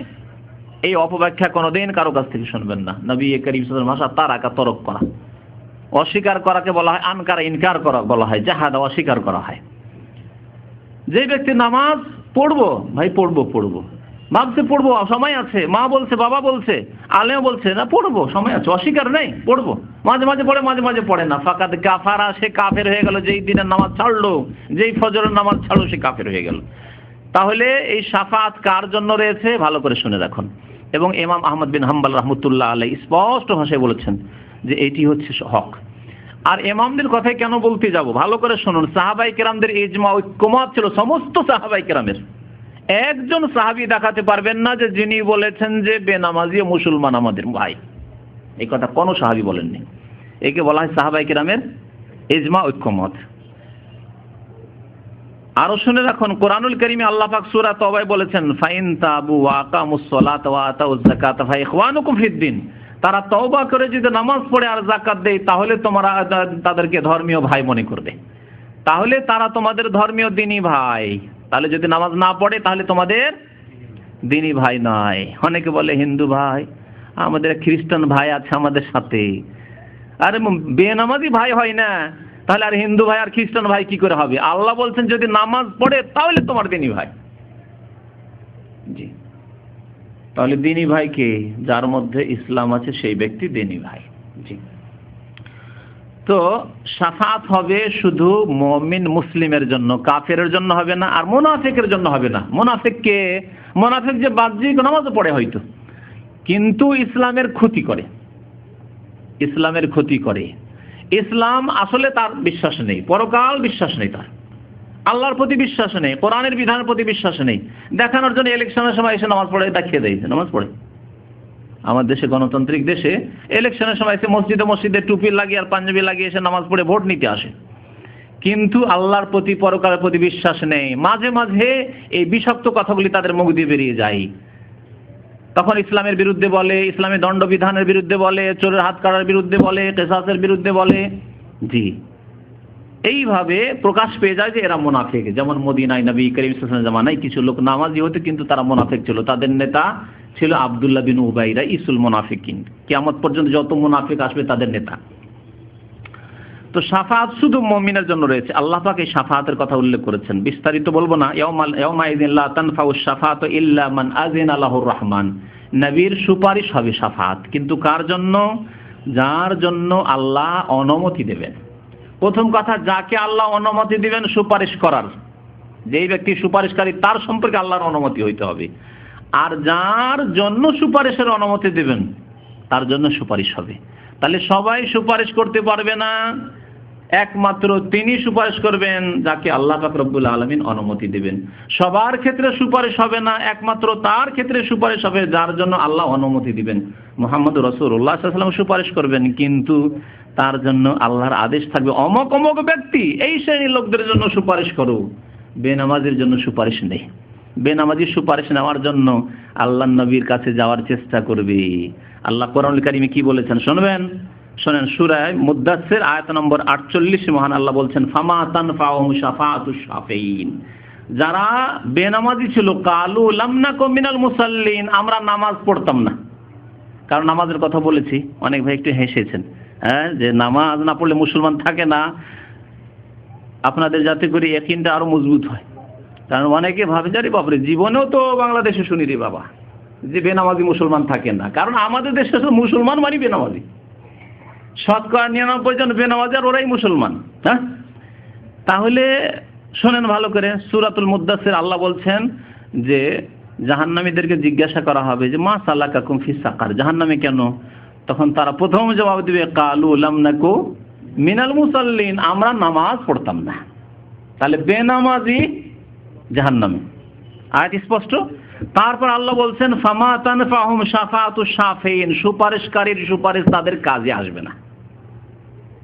তাহলে জাহান্নামে যাবে বেনামাজি, যদিও জাতিতে মুসলমান, মুসলমানের সন্তান, আর তাদের জন্য নবী করিম সাল্লাল্লাহু আলাইহি সাল্লামের শাফাত সুপারিশ হবে না। স্পষ্ট আয়াত। সুপারিশের আশা করে বসে থাকবেন না। আর বিশেষ করে ফরজ নামাজে যদি ত্রুটি থাকে তাহলে সুপারিশ হবে না, তা স্পষ্ট। যেমন শাফাতের ব্যাপারটি সংক্ষেপ করে আর একটু এগিয়ে যাই। আল্লাহ পাক রব্বুল আলামিনের দরবারে যখন হাজির হবেন তখন হিসাব হবে, কিয়ামতের মাঠে হিসাব হবে এবং আমলনামা পেশ করা হবে। আমলনামা পেশ করা হবে, আল্লাহর সামনে আপনাকে পেশ করা হবে, ফেরেশতারা নিয়ে গিয়ে পেশ করবেন, আর আপনার সামনে আমলনামা পেশ করা হবে, আর হিসাব শুরু হবে। সৎ কর্মশীল যারা, যাদের নেকি বেশি, জান্নাতি, তাদের ডান হাতে আসবে, সামনের দিক থেকে আমলনামা আসবে। আর যারা অসৎ ব্যক্তি, কাফির, বেদিন অথবা বেনামাজি, পাপিষ্ঠ, যাদের গুনাহ বেশি, জাহান্নামে যেতে হবে, কিছু কালের জন্য হোক বা চিরকালের জন্য হোক, তাদের বাম হাতে আসবে আর পেছন দিক থেকে। কারণ দুই রকমের আয়াত রয়েছে। ও আম্মামান উতিয়া কিতাবাহু বিশিমালিহি, বাম হাতে যাদের দেওয়া হবে, আর আছে আম্মামান উতিয়া কিতাবাহু মিন ওয়ারাই যাহরিহি, পেছন দিক থেকে। হ্যাঁ, পেছন দিক থেকে তাদের কাছে আমলনামা এসে হাতে পড়বে। আপনি যদি সম্মানিত ব্যক্তি হন, তো যে কোনো ব্যক্তি আপনাকে সম্মানের সাথে সামনের দিক থেকে কোনো কিছু পেশ করবে, ঠিক না? আর আপনাকে লাঞ্ছিত করা যদি উদ্দেশ্য থাকে, দেখেন আসামিদেরকে বেঁধে রাখে আমাদের দেশে, বেঁধে রাখে না এইভাবে, আসামিদেরকে এইভাবে পেছন দিয়ে, কোনো সামনের দিকে তো বলতে পারে, পেছন দিকে করে বেঁধে রাখে। তাহলে পেছন দিকে আপনার হাত থাকবে, এই অসম্মান। তারপরে পেছন দিক থেকে আপনাকে দেওয়া হলো। আপনি যদি সামান্য একটু সম্মান রাখেন তাহলে পেছন দিক থেকে আপনার সামনে কেউ চা পেশ করবে না, দেবে? খাবার দিচ্ছে, পেছন দিক থেকে এসে আপনাকে দেবে না। তো জাহান্নামী এত লাঞ্ছিত, গুনাহগার এত লাঞ্ছিত কিয়ামতের মাঠে বিচার দিবসে, যে পেছন দিক থেকে বাম হাতে আমলনামা দেওয়া হবে। আল্লাহ পাক রব্বুল আলামিন এই হিসাবের কথা বহু জায়গায় কোরআনে কারীমে উল্লেখ করে, সুম্মা ইন্না আলাইনা হিসাবাহুম ইন্না ইলাইনা ইয়াবাহুম, নিঃসন্দেহে আমার কাছে ফিরে আসতে হবে প্রত্যেক ব্যক্তিকে, আর আমার কাজ হচ্ছে তাদের হিসাব নেওয়া। অবশ্যই আল্লাহ পাক হিসাব নেবেন। আল্লাহ পাক রব্বুল আলামিন আরো মুমিনদের কথা, যারা নামাজি, সৎকর্মশীল, তাদেরও গুনাহ ভুল ত্রুটি হইতে পারে, আল্লাহ হিসাব নেবেন। কিন্তু এই হিসাবের কথা কি বলেছেন? ফাসাউফা ইউহাসাবু হিসাবান ইয়াসিরা ওয়া আম্মা মান উতিয়া কিতাবাহু বিয়ামিনি, যার ডান হাতে আমলনামা চলে এসেছে তারও হিসাব হবে যদি ভুল ত্রুটি থাকে। কিন্তু এই হিসাব হবে কেমন? হিসাবান ইয়াসিরা, সহজ হিসাব হবে, সহজ হিসাব। নবী করিম সাল্লাল্লাহু আলাইহি ওয়াসাল্লাম বলেছেন সহজ হিসাব কি? সহজ হিসাব হচ্ছে যে শাসানিমূলক হিসাব হবে না, ধমক দেওয়া হিসাব হবে না, শুধু তার সামনে আমলগুলি পেশ করা হবে। সৎকর্মশীল ভালো মানুষ, কিন্তু তার যে কিছু ভুল আছে এগুলোকে আল্লাহ একেবারে রেখে দেবেন না, তার সামনে পেশ করবেন। অঙ্গীকার না হবে, তার স্বীকারোক্তি না হবে যে আমেল তা কাজা ওয়া কাজা ফি ইয়াউমি কাজা ওয়া কাজা, অমুক দিনে অমুক তারিখে এতটা সময় তুমি এই কাজগুলি করেছো, এই কাজ করেছো, এই কথা বলেছো, এই অন্যায়টি করেছো, সবগুলি এক এক করে স্বীকার করবে। এত ভয় হবে যে এগুলি গুণে আল্লাহ সব আল্লাহর ফেরেশতাগণ নোট করে রেখেছেন, তো আল্লাহ জিজ্ঞেস করছেন, তো ধ্বংস হয়ে গেলাম, জাহান্নামে যেতে হবে। আল্লাহ পাক রব্বুল বলবেন যে দেখো, দুনিয়াতে এগুলি তোমার গোপনে রেখেছিলাম, তুমি সৎকর্মশীল নামাজি মানুষ, তুমি দিনদার মানুষ ছিলে, কিন্তু তোমার এগুলি ভুল হয়েছে, তোমাকে লাঞ্ছিত অপদস্থ দুনিয়াতে করিনি, সুতরাং আজকেও তোমাকে অপদস্থ করবো না, যাও তোমাকে মাফ করে দিলাম, শুধু তোমাকে দেখানোর জন্য যে এই ভুলগুলি তুমি করেছো। এক মাসের ভুল ত্রুটি যদি আমাদের ধরা হয়, কোনো মানুষ ধরে, তো আমাদের মুশকিল হয়ে যাবে। আর 50 বছর, 60 বছর, 70 বছরে যখন আল্লাহ পাক রব্বুল আলামিন হিসাব নেবেন, তখন কি অবস্থা হবে? আল্লাহ পাক আরো ইরশাদ করছেন, ইয়াউমাইযিন তুরাজুনা লা তাখফা মিনকুম খাফিয়া, যেদিন আল্লাহর সামনে তোমাদেরকে পেশ করা হবে তখন কোনো কিছুই গোপনে রাখতে পারবে না। আজকে কত কথা প্রত্যেক মানুষ নিজ নিজ জীবনের কথা যদি চিন্তা করেন, আপনার জীবনের অনেক খারাপ কাজ আছে যা একমাত্র আপনি জানেন, আর কেউ জানে না। আল্লাহ পাক রব্বুল আলামিন ছাড়া আর আপনার ছাড়া আর কোনো মানুষ জানে? আপনার স্ত্রী পর্যন্ত জানে না এমন এমন কাজ করে আছেন আপনি, আপনার মা জানে না, বাবা জানে, আপনার ভাইরা জানে না এমন এমন কাজ করে আছেন। প্রত্যেকের এইরকম কিছু কিছু ইতিহাস আছে। আল্লাহ বলছেন যেই দিন আল্লাহর সামনে তোমাদের পেশ করা হবে, কোনো কিছু লুকিয়ে রাখতে পারবে না, সব সামনে চলে আসবে। সূরাতুল হাক্কা আয়াত নম্বর 18। আল্লাহ পাক রব্বুল আলামিনের দরবারে সেদিন হিসাব দিতে হবে, এই সম্পর্কে চিন্তাশীল হইতে হবে। নবী করিম সাল্লাল্লাহু আলাইহি ওয়াসাল্লাম বলেছেন যে এমনভাবে হিসাব হবে যে সামনাসামনি আল্লাহর সামনে যেতে হবে, হাজির হইতে হবে। একজন বড় মানুষের সামনে গিয়ে যদি কথা বলতে হয় তো আমাদের মাথার ঘাম পা পর্যন্ত চলে আসে।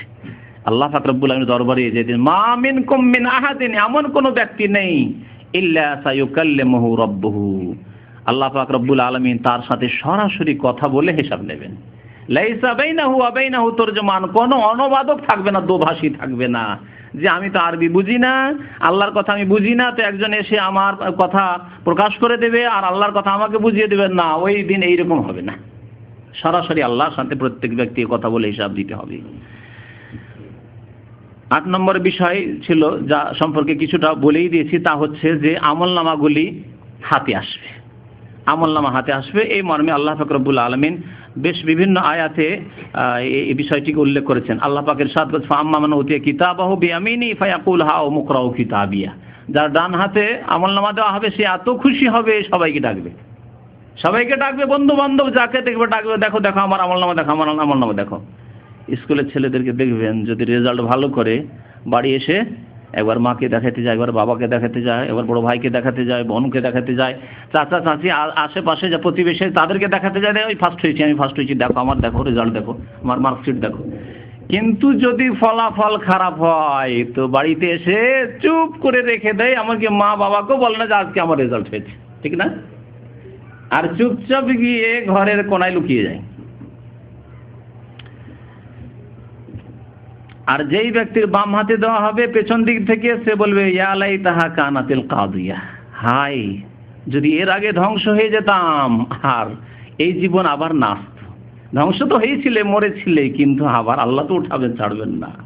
ইয়া লাইতাহা কানাতিল কাদিয়া, এখন যদি মত চলে আসতো তাহলে না হিসাব বুঝতাম, না এই কষ্ট পেতাম, না জাহান্নামে যেতে হইতো। কিন্তু সেই আকাঙ্ক্ষা তো আর পুরা হবে না যে চিরকালের জন্য মত হয়ে যেত আর জাহান্নাম থেকে বেঁচে যেতাম। ওয়াদিয়াল কিতাব ফাতারাল মুজরিমিনা মুশফিকিনা মিম্মা ফি, আল্লাহ বলছেন যে আমলনামা তাদের সামনে রেখে দেওয়া হবে, তখন অপরাধী গুনাহগার যারা বেনামাজি গুনাহগার কাফির বেদিন মুনাফিক তারা অত্যন্ত ভয়ে ভীত, আর তারা বলবে ইয়া ওয়াইলাতানা, যখন আমলনামা দেখিবে ছোট ছোট কথা তাও ছাড়েননি।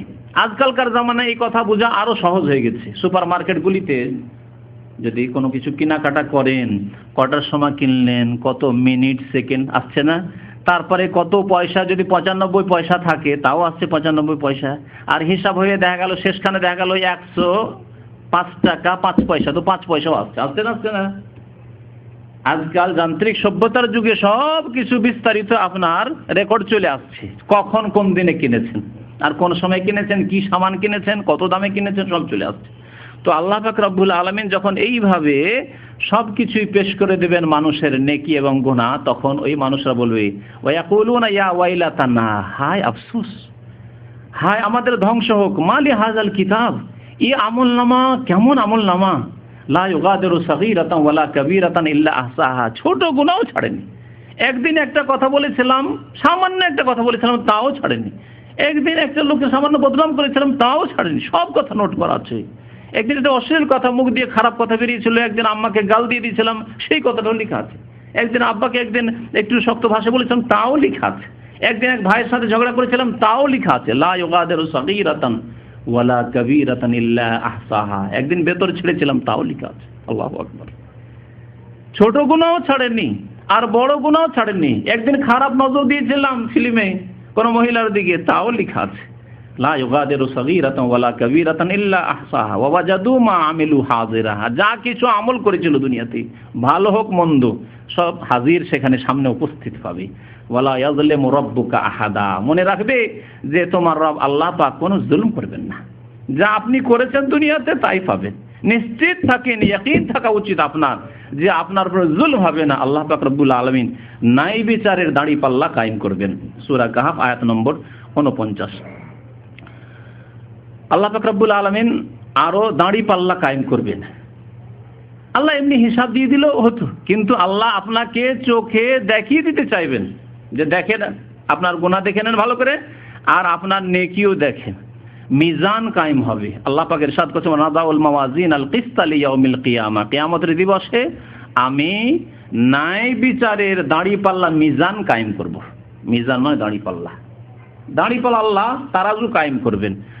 ফালা তুযলামু নাফসুন শাইআ, কোন ব্যক্তির ওপর কিঞ্চিত পরিমাণও জুলম অত্যাচার হবে না।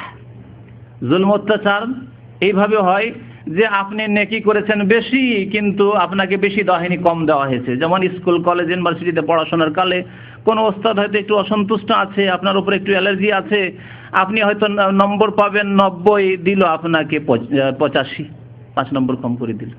পাস করাইল, ফার্স্ট ডিভিশনও পেলেন, কিন্তু 2-4-5 নম্বর কম করে দিল। আর এইটাও জুলুম যে আপনি পাবেন 80, আর একটা ছেলে হয়তো আত্মীয় অথবা বেশ খুব ওস্তাদের সাথে ভালো, শিক্ষকের সাথে ভালো সম্পর্ক আছে, যার ফলে পাবে 80 দিয়ে দিল 85, 5 নম্বর বেশি দিয়ে দিল, সেটাও জুলুম। এইরকম জুলুম আল্লাহ পাক রব্বুল আলামিনের কাছে হবে না। যে যা পাবে তাই তাকে দেওয়া হবে। আল্লাহ পাক ইরশাদ করেছেন, ফালা তুযলামু নাফসুন শাইআ ওয়া ইন কানা মিসকালা হাববাতিন মিন খারদাল, সরিষা পরিমাণ কোন আমল যদি থাকে, আল্লাহ বলেন আতাইনা বিহা, তা আমি নিয়ে এসে উপস্থিত করব। সরিষা পরিমাণ আপনি কোন নেকি করেছেন, 4 আনা পয়সা কোনোদিন দান করেছেন, এই কথা চিন্তা করবেন না যে 4 আনার দান আপনি ভুলে গেছেন, 1 রিয়াল দান করে কতবার দান করেছেন আপনি ভুলে গেছেন, কিন্তু আল্লাহ পাক রব্বুল আলামিন তাও সেই নেকিও হাজির করবেন। আর যদি 1 রিয়ালের একটা সিডি কিনে ফিল্ম দেখে থাকেন, তাও আল্লাহ হাজির করবেন। 1 রিয়াল দিয়ে যদি থাইল্যান্ডি লটারিতে অংশ নিয়ে থাকেন, তাও হাজির করবেন যে 1 রিয়াল দিয়ে আপনি হারাম ব্যবসায় অংশ নিয়েছেন।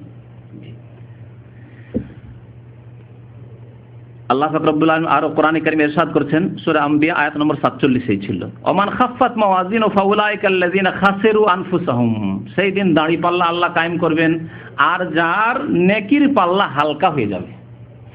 সাকুলাত মাওয়াজিনুহু আর খাফফাত মাওয়াজিনুহু, কিছু লোক আছে যাদের নেকির পাল্লা ভারী হবে, ভাগ্যবান সেই ব্যক্তি জান্নাতি।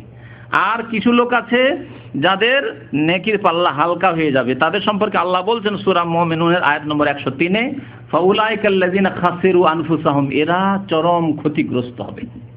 ক্ষতিগ্রস্ত অর্থাৎ জাহান্নামে তাদেরকে নিক্ষেপ করা হবে। ফি জাহান্নামা খালিদুন, এবং সেখানে জাহান্নামে চিরকাল তারা বসবাস করবে। নবী করিম সাল্লাল্লাহু আলাইহি সাল্লামের একটি প্রসিদ্ধ হাদিস রয়েছে এই মিজান দাঁড়িপাল্লা সম্পর্কে। আল্লাহ দাঁড়িপাল্লা কায়েম করবে। দাঁড়িপাল্লাতে নেকি কি করে ওজন করা হবে? নেকি আল্লাহ জানেন কেমন করে ওজন করবেন। আজকাল তাপমাত্রা ওজন করা হচ্ছে, তাই না? শরীরে কতটা আপনার তাপ আছে, জ্বর আছে না আছে, মানুষ ওজন করে নিচ্ছে। তারপর রাস্তাতে সামান্য একটা ছোট্ট কোনো যন্ত্র লাগানো আছে, এইদিকে যাবেন যখন সিকি করে দিকে এই যে যাবেন, ইলেকট্রিসিটি আছে না, এই রোডে যাবেন, দেখবেন যে আপনার সকালবেলা কতটা তাপমাত্রা আছে ওই এলাকায় তা দেখাচ্ছে, শো করছে। আর দুপুরে তাপের সময়, গরমের সময় কতটা আছে, বিকালবেলা কতটা আছে, আজকে কতটা, কালকে কতটা, অটোমেটিক আপনার সামনে পেশ করছে, তাই না? তাহলে মানুষ যদি তাপমাত্রা মেপে নিতে পারে, মানুষ বাতাসের বেগ মেপে নিতে পারে, তাহলে আল্লাহ পাক রব্বুল আলামিন যিনি মানুষকে সৃষ্টি করেছেন তিনি সব কিছুই করতে পারেন। আল্লাহ পাক রব্বুল আলামিন দাঁড়িপাল্লা কায়েম করবেন। নবী করিম সাল্লাল্লাহু আলাইহি ওয়াসাল্লামের হাদিস রয়েছে, সহিহ বুখারী শরীফের শেষ হাদিস। নবী সাল্লাল্লাহু আলাইহি ওয়াসাল্লাম বলেছেন, কালিমাতানি, 2টি কথা রয়েছে, 2টি বাক্য রয়েছে, খাফিফাতানি আলাল লিসান, জবানে বলতে অত্যন্ত হালকা, উচ্চারণ করতে অত্যন্ত হালকা, বেশি কষ্ট না, বেশি সময় লাগে না। আর সাকিলাতান ফিল মিজান, দাঁড়িপাল্লাতে অত্যন্ত ভারী, বলতে খুব সহজ কিন্তু আল্লাহর দাঁড়িপাল্লায় মিজানে খুব ভারী। আর হাবিবাতান ইলার রহমান, আল্লাহর নিকট অত্যন্ত প্রিয়, খুব ভালোবাসেন আল্লাহ পাক রব্বুল। ওই 2টি বাক্য, 2টি কথা, সেই 2টি কথা কি? সুবহানাল্লাহি ওয়া বিহামদিহি সুবহানাল্লাহিল আযীম, সুবহানাল্লাহি ওয়া বিহামদিহি সুবহানাল্লাহিল আযীম। এগুলো হচ্ছে জিকির আজকার। আপনি গাড়িতে বসে আছেন, ভিড়ে জামে পড়ে গেছেন, সিগন্যালে আপনার বারবার করে সিগন্যাল বন্ধ হয়ে যাচ্ছে, রাস্তায় এখান থেকে যারা দূরে ওই সেকেন্ড ইন্ডাস্ট্রিয়াল সিটিতে ডিউটি করতে যান, অনেক সময় 1 ঘন্টা আসতে লাগে, 1 ঘন্টা যেতে লাগে। আপনি 1 ঘন্টায় কতবার জিকির করতে পারবেন বলুন তো দেখি? কখনো সুবহানাল্লাহ ওয়া বিহামদিহি সুবহানাল্লাহ, একবার বললে আল্লাহর কাছে এত প্রিয় যে আপনার দাড়ি পাল্লা, নেকির পাল্লা ভারী হয়ে যাবে। কতবার বলতে পারবেন? হাজার হাজার বার বলে ফেলতে পারবেন আপনি। লা ইলাহা ইল্লাল্লাহ কখনো বলছেন, কখনো সুবহানাল্লাহ বলছেন, কখনো আলহামদুলিল্লাহ বলছেন, কখনো আল্লাহু আকবার বলছেন, কখনো আপনি আস্তাগফিরুল্লাহ বলছেন, আল্লাহর কাছে মার্জনা কামনা করছেন, এইভাবে লা হাওলা ওয়ালা কুওয়াতা ইল্লা বিল্লাহ বলছেন। বিভিন্ন রকমের দোয়া আর ইস্তিগফার আর তাসবিহ তাহলিল এগুলি আপনি করতে থাকবেন। এগুলি হচ্ছে সুন্নতি জিকির আজকার। আমাদের দেশে সুন্নতি জিকির আজকার নেই, এই স্থান দখল করে নিয়েছে বিদাতি জিকির। বিদাতি জিকির, পীরদের তরিকাতের যতগুলি জিকির সব বিদাতি জিকির। ইল্লাল্লাহ ইল্লাল্লাহ আর লা ইলাহা ইল্লাল্লাহ যদি বলে তাহলে স্পেশাল বিশেষ তরিকাতে আর আপনার বিশেষ অনুষ্ঠান করে আর চোখ বন্ধ করে আর 6 লতিফাতে এই করে তার আমলকে নষ্ট করে দিল। যদিও লা ইলাহা ইল্লাল্লাহ পড়ে, সুন্নতি জিকির করে, বিদাতের কারণে সে আমলকে নষ্ট করে দিচ্ছে। আর বাকি যারা ইল্লাল্লাহর জিকির করে, আল্লাহু আল্লাহু করতে থাকে, হুহা করতে থাকে, তাদের কথা কি বলবেন? তাদের কথা আল্লাহ পাকের রাসূল বলেছেন কুল্লু দালালাতিন ফিন্নার। বিদাতের পরিণাম হচ্ছে গুমরাহি, আর গুমরাহির পরিণাম হচ্ছে জাহান্নাম। তো 10 নম্বরে হচ্ছে হাউজ। আখিরাতের একটি স্তর হচ্ছে হাউজ। হাউজে কাউসার রয়েছে। ইন্না আতাইনাকাল কাউসার। আল্লাহ পাক রব্বুল আলামিন কাউসারের নহর দেবেন, আর সেখানে নবী করিম সাল্লাল্লাহু আলাইহি ওয়াসাল্লাম তার উম্মতের লোকদেরকে পানি দেবেন। একবার যেই ব্যক্তি পানি পান করবে আর পিপাসিত হবে না। 11 নম্বর রয়েছে মুমিনদের আল্লাহ পরীক্ষা করবেন যে সত্যি মুমিন না লোক দেখানো নামাজ পড়েছে। অনেকে লোক দেখানো নামাজ পড়েছে, লোকের ভয়ে নামাজ পড়েছে, মাঝে মাঝে নামাজ পড়েছে। তারাও দাবি করবে যে আমরা তো মুসলমান, নামাজ পড়েছি। মাঝে মাঝে নামাজ পড়ে দাগ ফেলে দিয়েছে, কিন্তু মাঝে মাঝে পড়েনি, এইরকম। তো তাদেরকে আল্লাহ পরীক্ষা করবেন, এই মুসলিমদের পরীক্ষা হবে। আল্লাহ পাক এই পরীক্ষার কথা সূরা কালাম আয়াত নম্বর 42 ইরশাদ করেছেন, ইয়াউমা ইউকশাফু আন সাকিন। আল্লাহ পাক রব্বুল আলামিন নিজের পা উন্মুক্ত করে দেবেন, খুলে দেবেন। এই আয়াত দ্বারা বোঝা গেল যে আল্লাহ পাক রব্বুল আলামিনের মোবারক কদম রয়েছে, পা রয়েছে। ওয়ায়ুদাউনা ইলা সুজুদ, এবং সিজদার জন্য আহ্বান করবেন আল্লাহ পাক রব্বুল আলামিন, ডাকা হবে। মুমিনদেরকে বলা হবে সিজদা করো। মুমিনরা সিজদা করতে পারবে, কিন্তু মুনাফিক যারা লোক দেখানো নামাজ পড়েছে, কখনো কখনো নামাজ পড়েছে কারো ভয়ে, কারো আশাতে, কারো কাছে কিছু আশা রাখে, এই জন্য। কারণ অনেকে বেতন বাড়ানোর জন্য নামাজ পড়ে, মোদির ভালো কবিল ভালো, নামাজ পড়লে বেতন বাড়ে, বেতন বাড়ার জন্য নামাজ পড়েছে। অনেকে শ্বশুর বাড়ি গিয়ে শুধু নামাজ পড়ে, হ্যাঁ। অনেকে বিশেষ বিশেষ স্থানে নামাজ পড়ে লোকজন দেখে, আবার নামাজ পড়েও না, লোক দেখানো নামাজ। এরকম শিরকিয়াল লোক দেখানো যারা নামাজ পড়েছে, বা মুনাফিকি অন্তরে ঢুকা আছে, দুনিয়ার স্বার্থে নামাজ পড়েছে, ফালা ইয়াস্তাতিউন, তারা সিজদা করতে পারবে না, পরীক্ষায় ফেল করে যাবে। আর যারা মুমিন, সত্যিকার অর্থে মুমিন, আল্লাহ সন্তুষ্টির জন্য নামাজ কায়েম করেছে, তারা অবশ্যই সিজদা করতে পারবে, তাদের পরীক্ষা হয়ে যাবে। 12 নম্বরে যে বিষয়টি রয়েছে আখিরাতের স্তরে, সেটি হচ্ছে পুলসিরাত। এই পুলসিরাতের ওপর দিয়ে, পুলসিরাত আমাদের দেশের মানুষরা বুঝে সেজন্য পুলসিরাত বললাম। পুল মানে সিরাত, আর সিরাত মানে পুল। যেমন লাইলাতুল কদরের রাত, হ্যাঁ, বা শবে কদর রাত, সব মানে রাত, আর লাইলাতুল মানেও রাত, আর রাত মানেও রাত। তো আল্লাহ পাক পুল কায়েম করবেন জাহান্নামের ওপরে। জাহান্নামের ওপরে পুল থাকবে, এর ওপর দিয়ে অতিক্রম করে যেতে হবে। এই পুলের কথা আল্লাহ কোরআনে কারিমে সূরা মারিয়াম আয়াত নম্বর 72 উল্লেখ করেছেন, ওয়াইন মিনকুম ইল্লা ওয়ারিদুহা। এমন কোন মানুষ নেই যাকে এই পুলের ওপর দিয়ে অতিক্রম করতে হবে না। প্রত্যেক ব্যক্তিকে এই পুলের উপর দিয়ে অতিক্রম করতে হবে। কানা আলা রাব্বিকা হাতমান মাকদিয়া, এটি আল্লাহর পক্ষ থেকে ওয়াকাতু ফায়সালা। তাহলে জাহান্নামের উপর দিয়ে অতিক্রম করতে গিয়ে মুক্তি পাবে। আল্লাহ বলছে সুম্মা নুনাজ্জিল্লাযিনা তাকাও, যারা আল্লাহ ভীরু মুত্তাকি, আল্লাহকে ভয় করে নামাজ কায়েম করেছে, সততার জীবন যাপন করেছে, মানুষের হক আদায় করেছে, তারা পরিত্রাণ পেয়ে যাবে, তাদেরকে আমি নাজাত দেব, মুক্তি দেব। নাজারুজ জালিমিনা ফিহা জাসিয়া, সেখানে লাঞ্ছিত অপদস্থ হয়ে জাহান্নামীরা থেকে যাবে, জাহান্নামীরা নিক্ষিপ্ত হবে। তো পুলের ওপর দিয়ে পার হতে গিয়ে জাহান্নামীরা, গুনাহগাররা জাহান্নামে নিক্ষিপ্ত হয়ে যাবে। তারপরে যখন এই পুল যখন আসলো, যেটিকে পুল সিরাত বলে, জাহান্নামের উপরে যা রয়েছে, সেখানে কাফের, মুনাফিক, মুশরিক এরা পড়ে গেল। এখন বাকি থাকলো শুধু যারা মুমিন। মুমিনদের জন্য আর একটি ব্রিজ আসবে, যে ব্রিজকে নবী সাল্লাল্লাহু আলাইহি ওয়াসাল্লাম হাদিসে বলা হয়েছে কান্তারা। কান্তারার কথা বলা হয়েছে। নবী করিম সাল্লাল্লাহু আলাইহি ওয়াসাল্লাম বলেছেন এই পুলের ওপর, এই ব্রিজের ওপর, বড় পুল সেরা পার হওয়ার পরে এখানে গিয়ে মানুষের কাছ থেকে কেসাস বদলা নেবে, যে যার উপর অন্যায় করেছে এখানে গিয়ে প্রতিশোধ হবে। বুখারী শরীফের হাদিস, ইয়াখলুসুল মুমিনুনা মিনান নারি, মুমিনরা জাহান্নাম থেকে মুক্তি পেয়ে যায়, জাহান্নাম থেকে পার হয়ে চলে এসেছে। ফায়ুহবাসুনা আলা কান্তারাতিন বাইনাল জান্নাতি ওয়ান নার, এখন জান্নাত এবং সামনে জান্নাত আর পিছনে যে জাহান্নাম অতিক্রম করে চলে এসেছে জাহান্নামের উপর দিয়ে, এখানে তাদেরকে বাধা দিয়ে দেওয়া হবে, থামো তোমাদের আরো কিছু বাকি আছে, আরো কিছু বাকি আছে। ফায়ুক্তাসু লিবাযিহিম মিন বায, এখানে কি কিসাস হবে, কিসাস। কেউ কাউকে মেরেছে, কেউ কারো টাকা বেইমানি করে নিয়েছে, কেউ কারো জমি বেইমানি করেছে, বাড়ি ঘর বেইমানি করে দখল করে নিয়েছে, কেউ কারো কাছে ধার নিয়েছে তারপরে উধাও হয়ে গেছে, কেউ কাউকে গালি দিয়েছে ইত্যাদি। লড়াই ঝগড়া মানুষের যতগুলি হক রয়েছে এখানে কিসাস শুরু হবে। এইখানে কিসাস বদলা যে হবে কি দিয়ে? টাকা পয়সা আছে, দুনিয়াতে টাকা ধার নিয়ে আপনি দেননি, বেইমানি করেছেন, ওখানে কি দিয়ে আপনি পরিশোধ করবেন হক? নেকি দিতে হবে। নেকি দিতে দিতে অনেকের নেকি ফুরিয়ে যাবে, নেকি শেষ হয়ে যাবে, জাহান্নামে চলে যাবে। জি,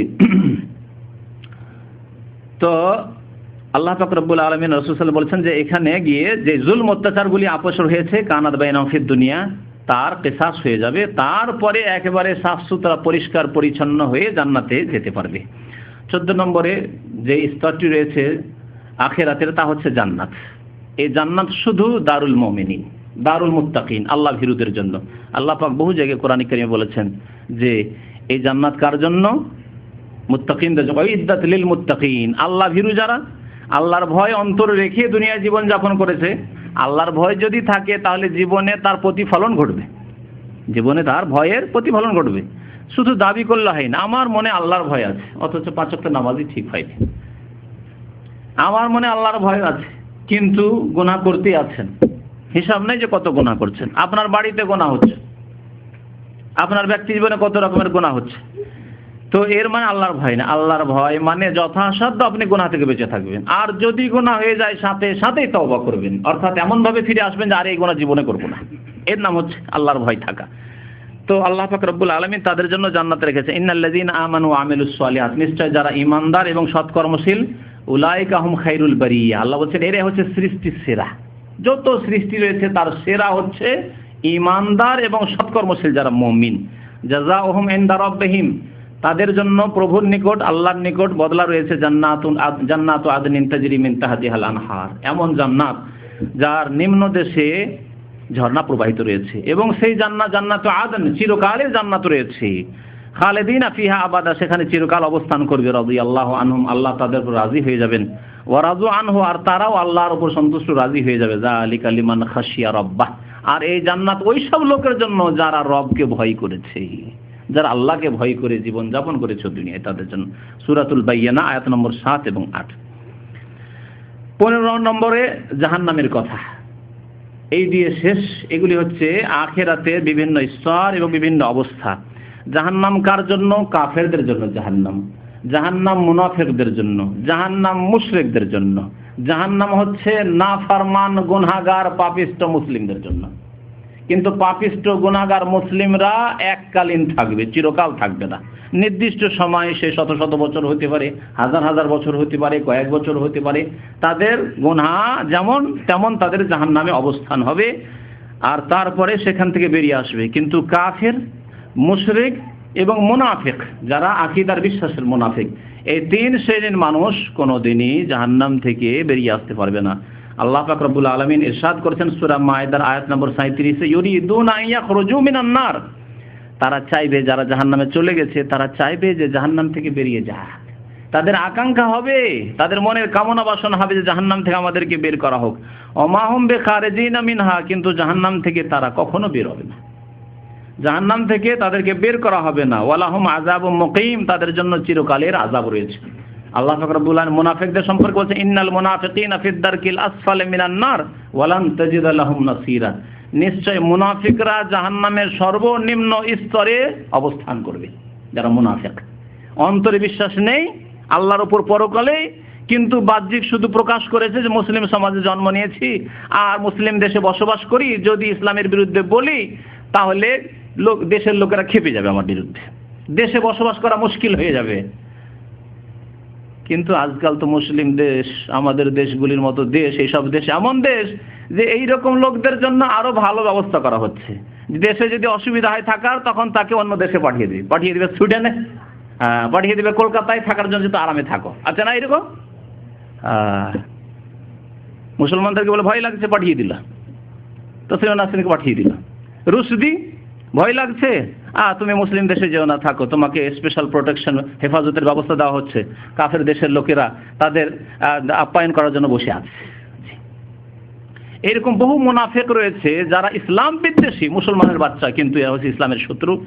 এদের জন্য জাহান্নামের একেবারে নিম্ন স্তর রয়েছে, ইন্নাল মুনাফিকিনা ফি দারকিল আসফালি মিনান নার। নিঃসন্দেহে মুনাফিকরা জাহান্নামের নিম্ন স্তরে বসবাস করবে, থাকবে। ওয়ালান তাজিদা লাহুম নাসীরা, তাদের কোনো সাহায্যকারী হবে না। এই কথা চিন্তা করিও না যে তাদের ক্ষেত্রে কারো সুপারিশ কাজে আসবে বা সুপারিশ হবে। আল্লাহ পাক রব্বুল মুশরিক সম্পর্কে বলছেন, ইন্নাহু মাইয়ুশরিক বিল্লাহি ফাকাদ হারামাল্লাহু আলাইহিল জান্নাহ। আল্লাহর সাথে যারা শিরিক করে এই অবস্থায় মারা যাবে, কবরে সিজদা করে, প্রতি বছর যায় আজমিরে চাদর চড়াতে, আটরশিতে ভান্ডারিতে চাদর চড়াতে যায়। জি, ইন্নাহু মাইয়ুশরিক বিল্লাহ, আল্লাহর সাথে যারা শিরিক করবে, ফাকাদ হারামাল্লাহু আলাইহিল জান্নাহ। আমাদের দেশের মুসলমানরা আকীদায়, ধর্মীয় ক্ষেত্রে, ইসলামিক জ্ঞানের ক্ষেত্রে এত দুর্বল, এমনকি বিদাতিরাও এই ক্ষেত্রে এত দুর্বল তাদের অবস্থা, ইলমের অবস্থা, জ্ঞানের অবস্থা, যে তারা মনে করে যে মুশরিক মানে হিন্দু, মুশরিক মানে ইহুদি, মুশরিক মানে খ্রিস্টান। আর মুসলমান কবরে সিজদা করে করে করে সারা জীবন কাটিয়ে দিল এই মুশরিক হয়ে, নিজেকে মুশরিক মনে করে না। হিন্দুরাই শুধু দোষ করলো মূর্তি পূজা করে, আর 3.5 হাতের কবর পূজা করে মুসলমান থেকে গেলেন। আল্লাহ বলছে, ইন্নাহু মাইয়ুশরিক বিল্লাহ, আল্লাহর সাথে যারা শরীক করবে, আল্লাহর হক, এই সিজদা, এই কপাল আল্লাহর সামনে রাখতে হবে, অন্যের সামনে যে রাখলো। আল্লাহর হক হচ্ছে একমাত্র আল্লাহর কাছে দোয়া করো, উদউ রাব্বাকুম, আল্লাহ বলছে রবের কাছে দোয়া করো। আর আপনি রব বানিয়ে নিলেন ইয়া খাজা বাবা মাদাদ। আমাদের দেশের কত মসজিদে, কত মাদ্রাসায়, আর কত বাড়িতে আর গাড়িতে লেখা আছে ইয়া গাউসুল আজম আব্দুল কাদের জিলানী, হে মহান উদ্ধারকারী আব্দুল কাদের জিলানী। আর কত কিতাবে, ইসলামিক লাইব্রেরি যেগুলো বলা হচ্ছে, সেসব লাইব্রেরিতে ঢোকেন আর দেখেন কুতুবে রব্বানি, কুতুবুল আলম, সারা বিশ্বের কুতুব, অর্থাৎ সারা বিশ্বকে তিনি ধারণ করে রয়েছেন। এই কুতুবের অর্থ সারা পৃথিবী তার মুঠে, ইচ্ছা করলে সারা পৃথিবীর হেফাজত তিনি করতে পারেন, আর তার ছাড়া হেফাজত হতে পারেন না। কুতুবে আলমদের, বহু আলেমদেরকে আর ওই সুফিদেরকে কুতুবে আলম বানিয়ে রেখেছে, আর ওই সব কিতাব বইগুলি ইসলামিক লাইব্রেরিতে বিক্রি হচ্ছে। কুতুবে আলম জিলানী, কুতুবে আলম চিশতি, কুতুবে আলম হচ্ছে ফুরফুরা, কুতুবে আলম এমনকি চরমনাই সম্পর্কে রয়েছে, কুতুবে আলম রাশিদ আহমদ গাঙ্গুহিকে করা হয়েছে। এসব কিতাব মজুদ রয়েছে, আর কিতাবে লেখা আছে।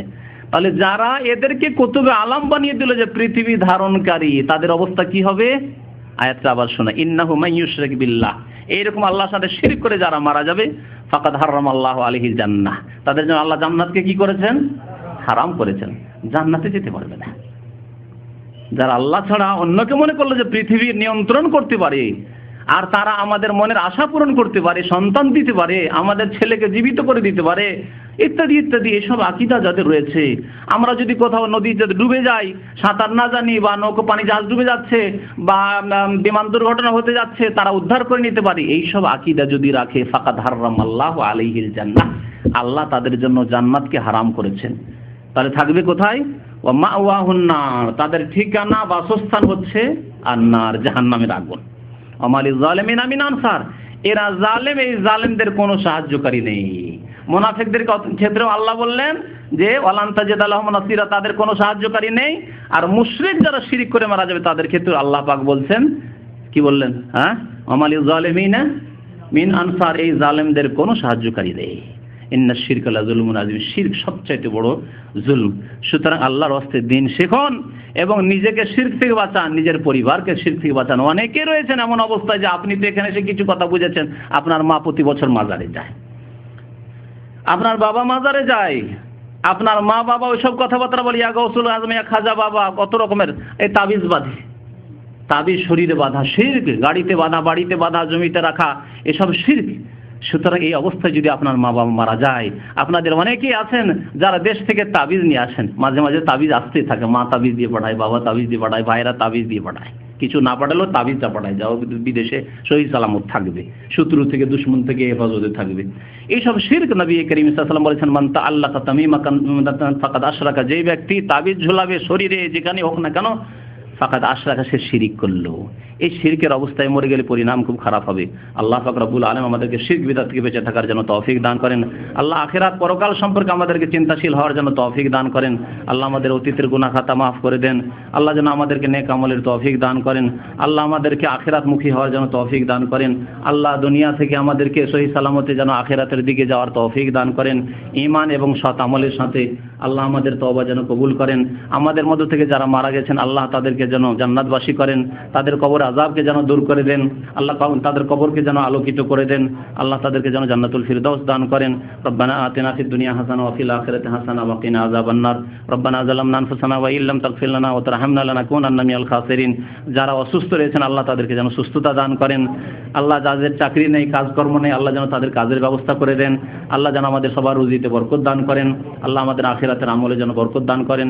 5 ওয়াক্ত নামাজ আমাদের কায়েম করার জন্য সুন্দর করে তৌফিক দান করেন। আমিন। সাল্লাল্লাহু আলা নবিয়িনা মুহাম্মদ ওয়া আলা আলিহি ওয়া সাহবিহি আজমাইন।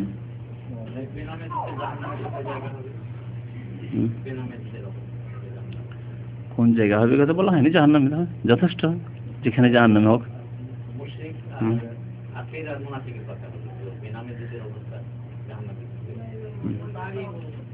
বলা হয়েছে ইন্নাল্লাহা লা'নাল কাফিরিনা ওয়া আ'আদ্দা লাহুম সাইয়্যিরা। আল্লাহ বলেন আল্লাহ লানত করেছে, অভিসম্পাত করেছেন কাফেরদের উপর এবং তাদের জন্য সাইয়্যির নামক জাহান্নাম তৈরি করে রেখেছেন। নামাজ ছাড়া যখন কুফরি, তখন তারা জাহান্নামে যাবে।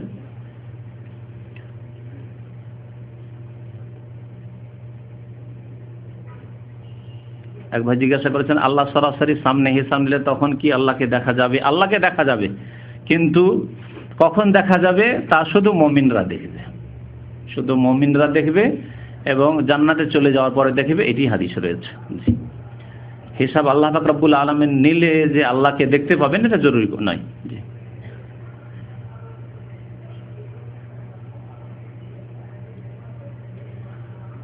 দয়া করে বৃহস্পতিবার সোমবার যে রোজা রাখতে হয় তার সম্পর্কে কিছু বলবেন। নবী করিম সাল্লাল্লাহু আলাইহি ওয়াসাল্লাম সপ্তাহে 2 দিন রোজা রাখতেন, সোমবারে বৃহস্পতিবারে রোজা রাখতেন। সুতরাং এই রোজা হচ্ছে সুন্নাত, এই রোজা রাখবেন। জি,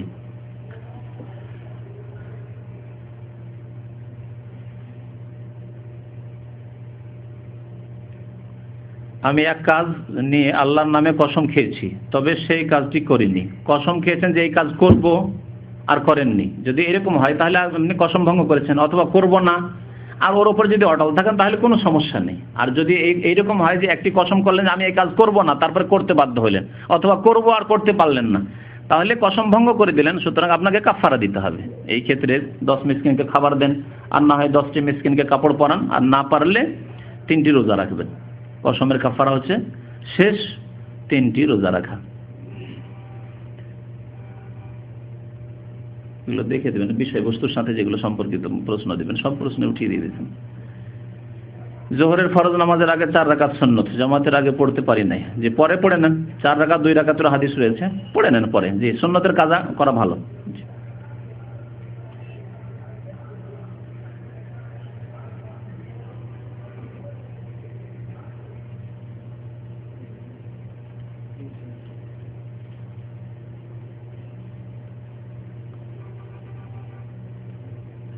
এক ভাই জিজ্ঞেস করেছেন যে সূরা ফাতিহার সাথে কি আমরা অন্য কোনো সূরা পড়বো দিনের নামাজে? না, পড়বেন না। মুক্তাদির কাজ হচ্ছে শুধু সূরা ফাতিহা পড়া। মুক্তাদির কাজ হচ্ছে শুধু সূরা ফাতিহা পড়া। তবে যদি কেউ পড়ে তো জায়েজ রয়েছে। কোন কোন রিওয়ায়াত রয়েছে যে সাহাবারা মাঝে মাঝে পড়তেন, সুতরাং জায়েজ রয়েছে।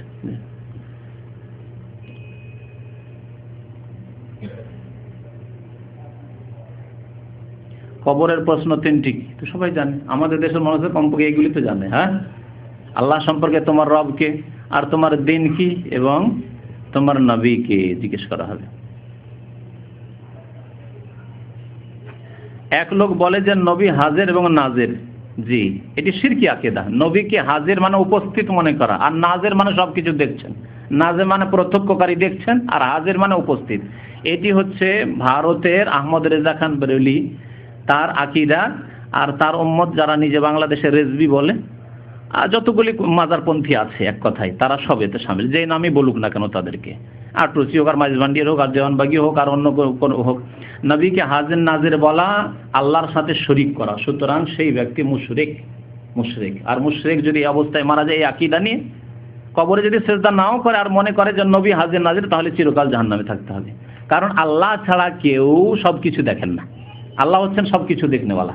ইন্নাল্লাহ বাসীরুন বিমা তা'মালুন, যা কিছু করছো আল্লাহ দেখছেন।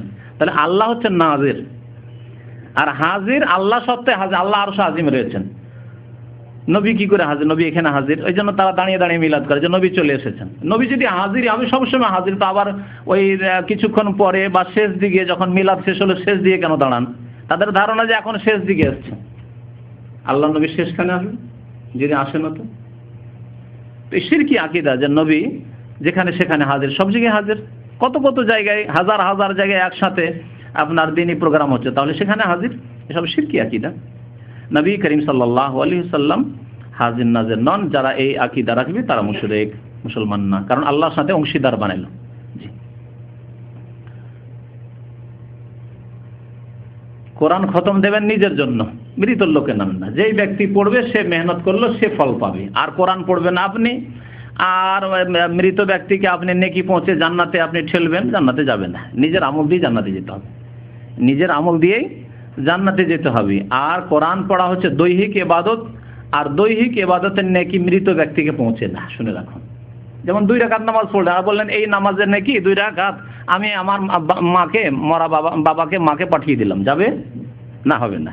তবে আর্থিক ইবাদতের নেকি পৌঁছিবে। আপনি যদি সাদকা করেন, মসজিদ বানিয়ে দেন, মাদ্রাসা বানিয়ে দেন, এতিমখানা বানিয়ে দেন, গরিব মিসকিনকে আপনি টাকা পয়সা দেন, আর হিন্দুদের মতো খাওয়াবেন না। এই যে খাওয়ানোর প্রথা বাংলাদেশে আছে, কি বিদাতি প্রথা, মৃতের জন্য করণীয় বিস্তারিত আলোচনা একটি বক্তব্যই আছে, ওটি শুনে নেবেন।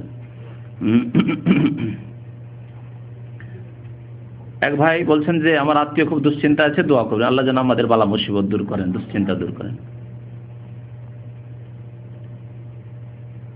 এক ভাই বলেছেন যে আম্মা ইন্তেকাল করেছেন, দোয়া করবেন আল্লাহ যেন তার গুনাহ খাতা মাফ করে দেন, আল্লাহ তার যেন কবরকে আল্লাহ আলোকিত করে দেন, কবর আযাবকে দূর করে দেন, আল্লাহ যেন তাকে জান্নাতুল ফিরদাউস দান করেন।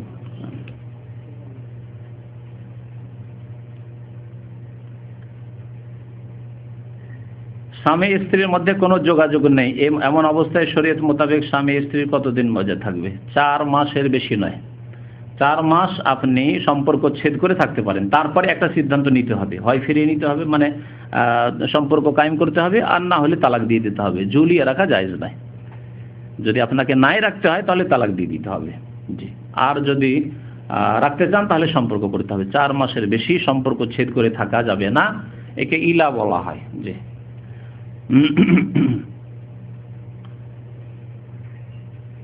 সম্পর্ক ঠিক আছে আর যোগাযোগ নেই, দূরে আছেন, চিঠিপত্র দিতে পারছেন না বা পৌঁছেছেন না, টেলিফোন করতে পারছেন না, সেটি আলাদা কথা।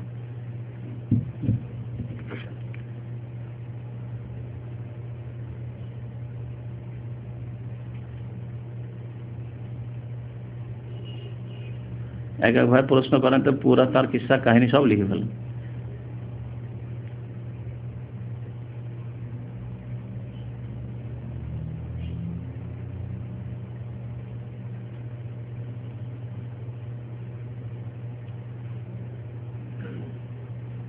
এক ভাই বলছেন যে তার স্ত্রী তার বাবাকে, অর্থাৎ স্ত্রী তার বাবাকে হাসপাতালে নিয়ে গেছে। জি, হাসপাতালে নিয়ে গেছে, ভালো কাজ করেছে। মাতা পিতার খেদমত করা, মা বাবার খেদমত করা ফরজ নয়? তো আপনার সাথে বিয়ে হয়ে গেছে, তার মানে খেদমত থেকে বঞ্চিত নাকি? আর খেদমত করতে দেবেন না?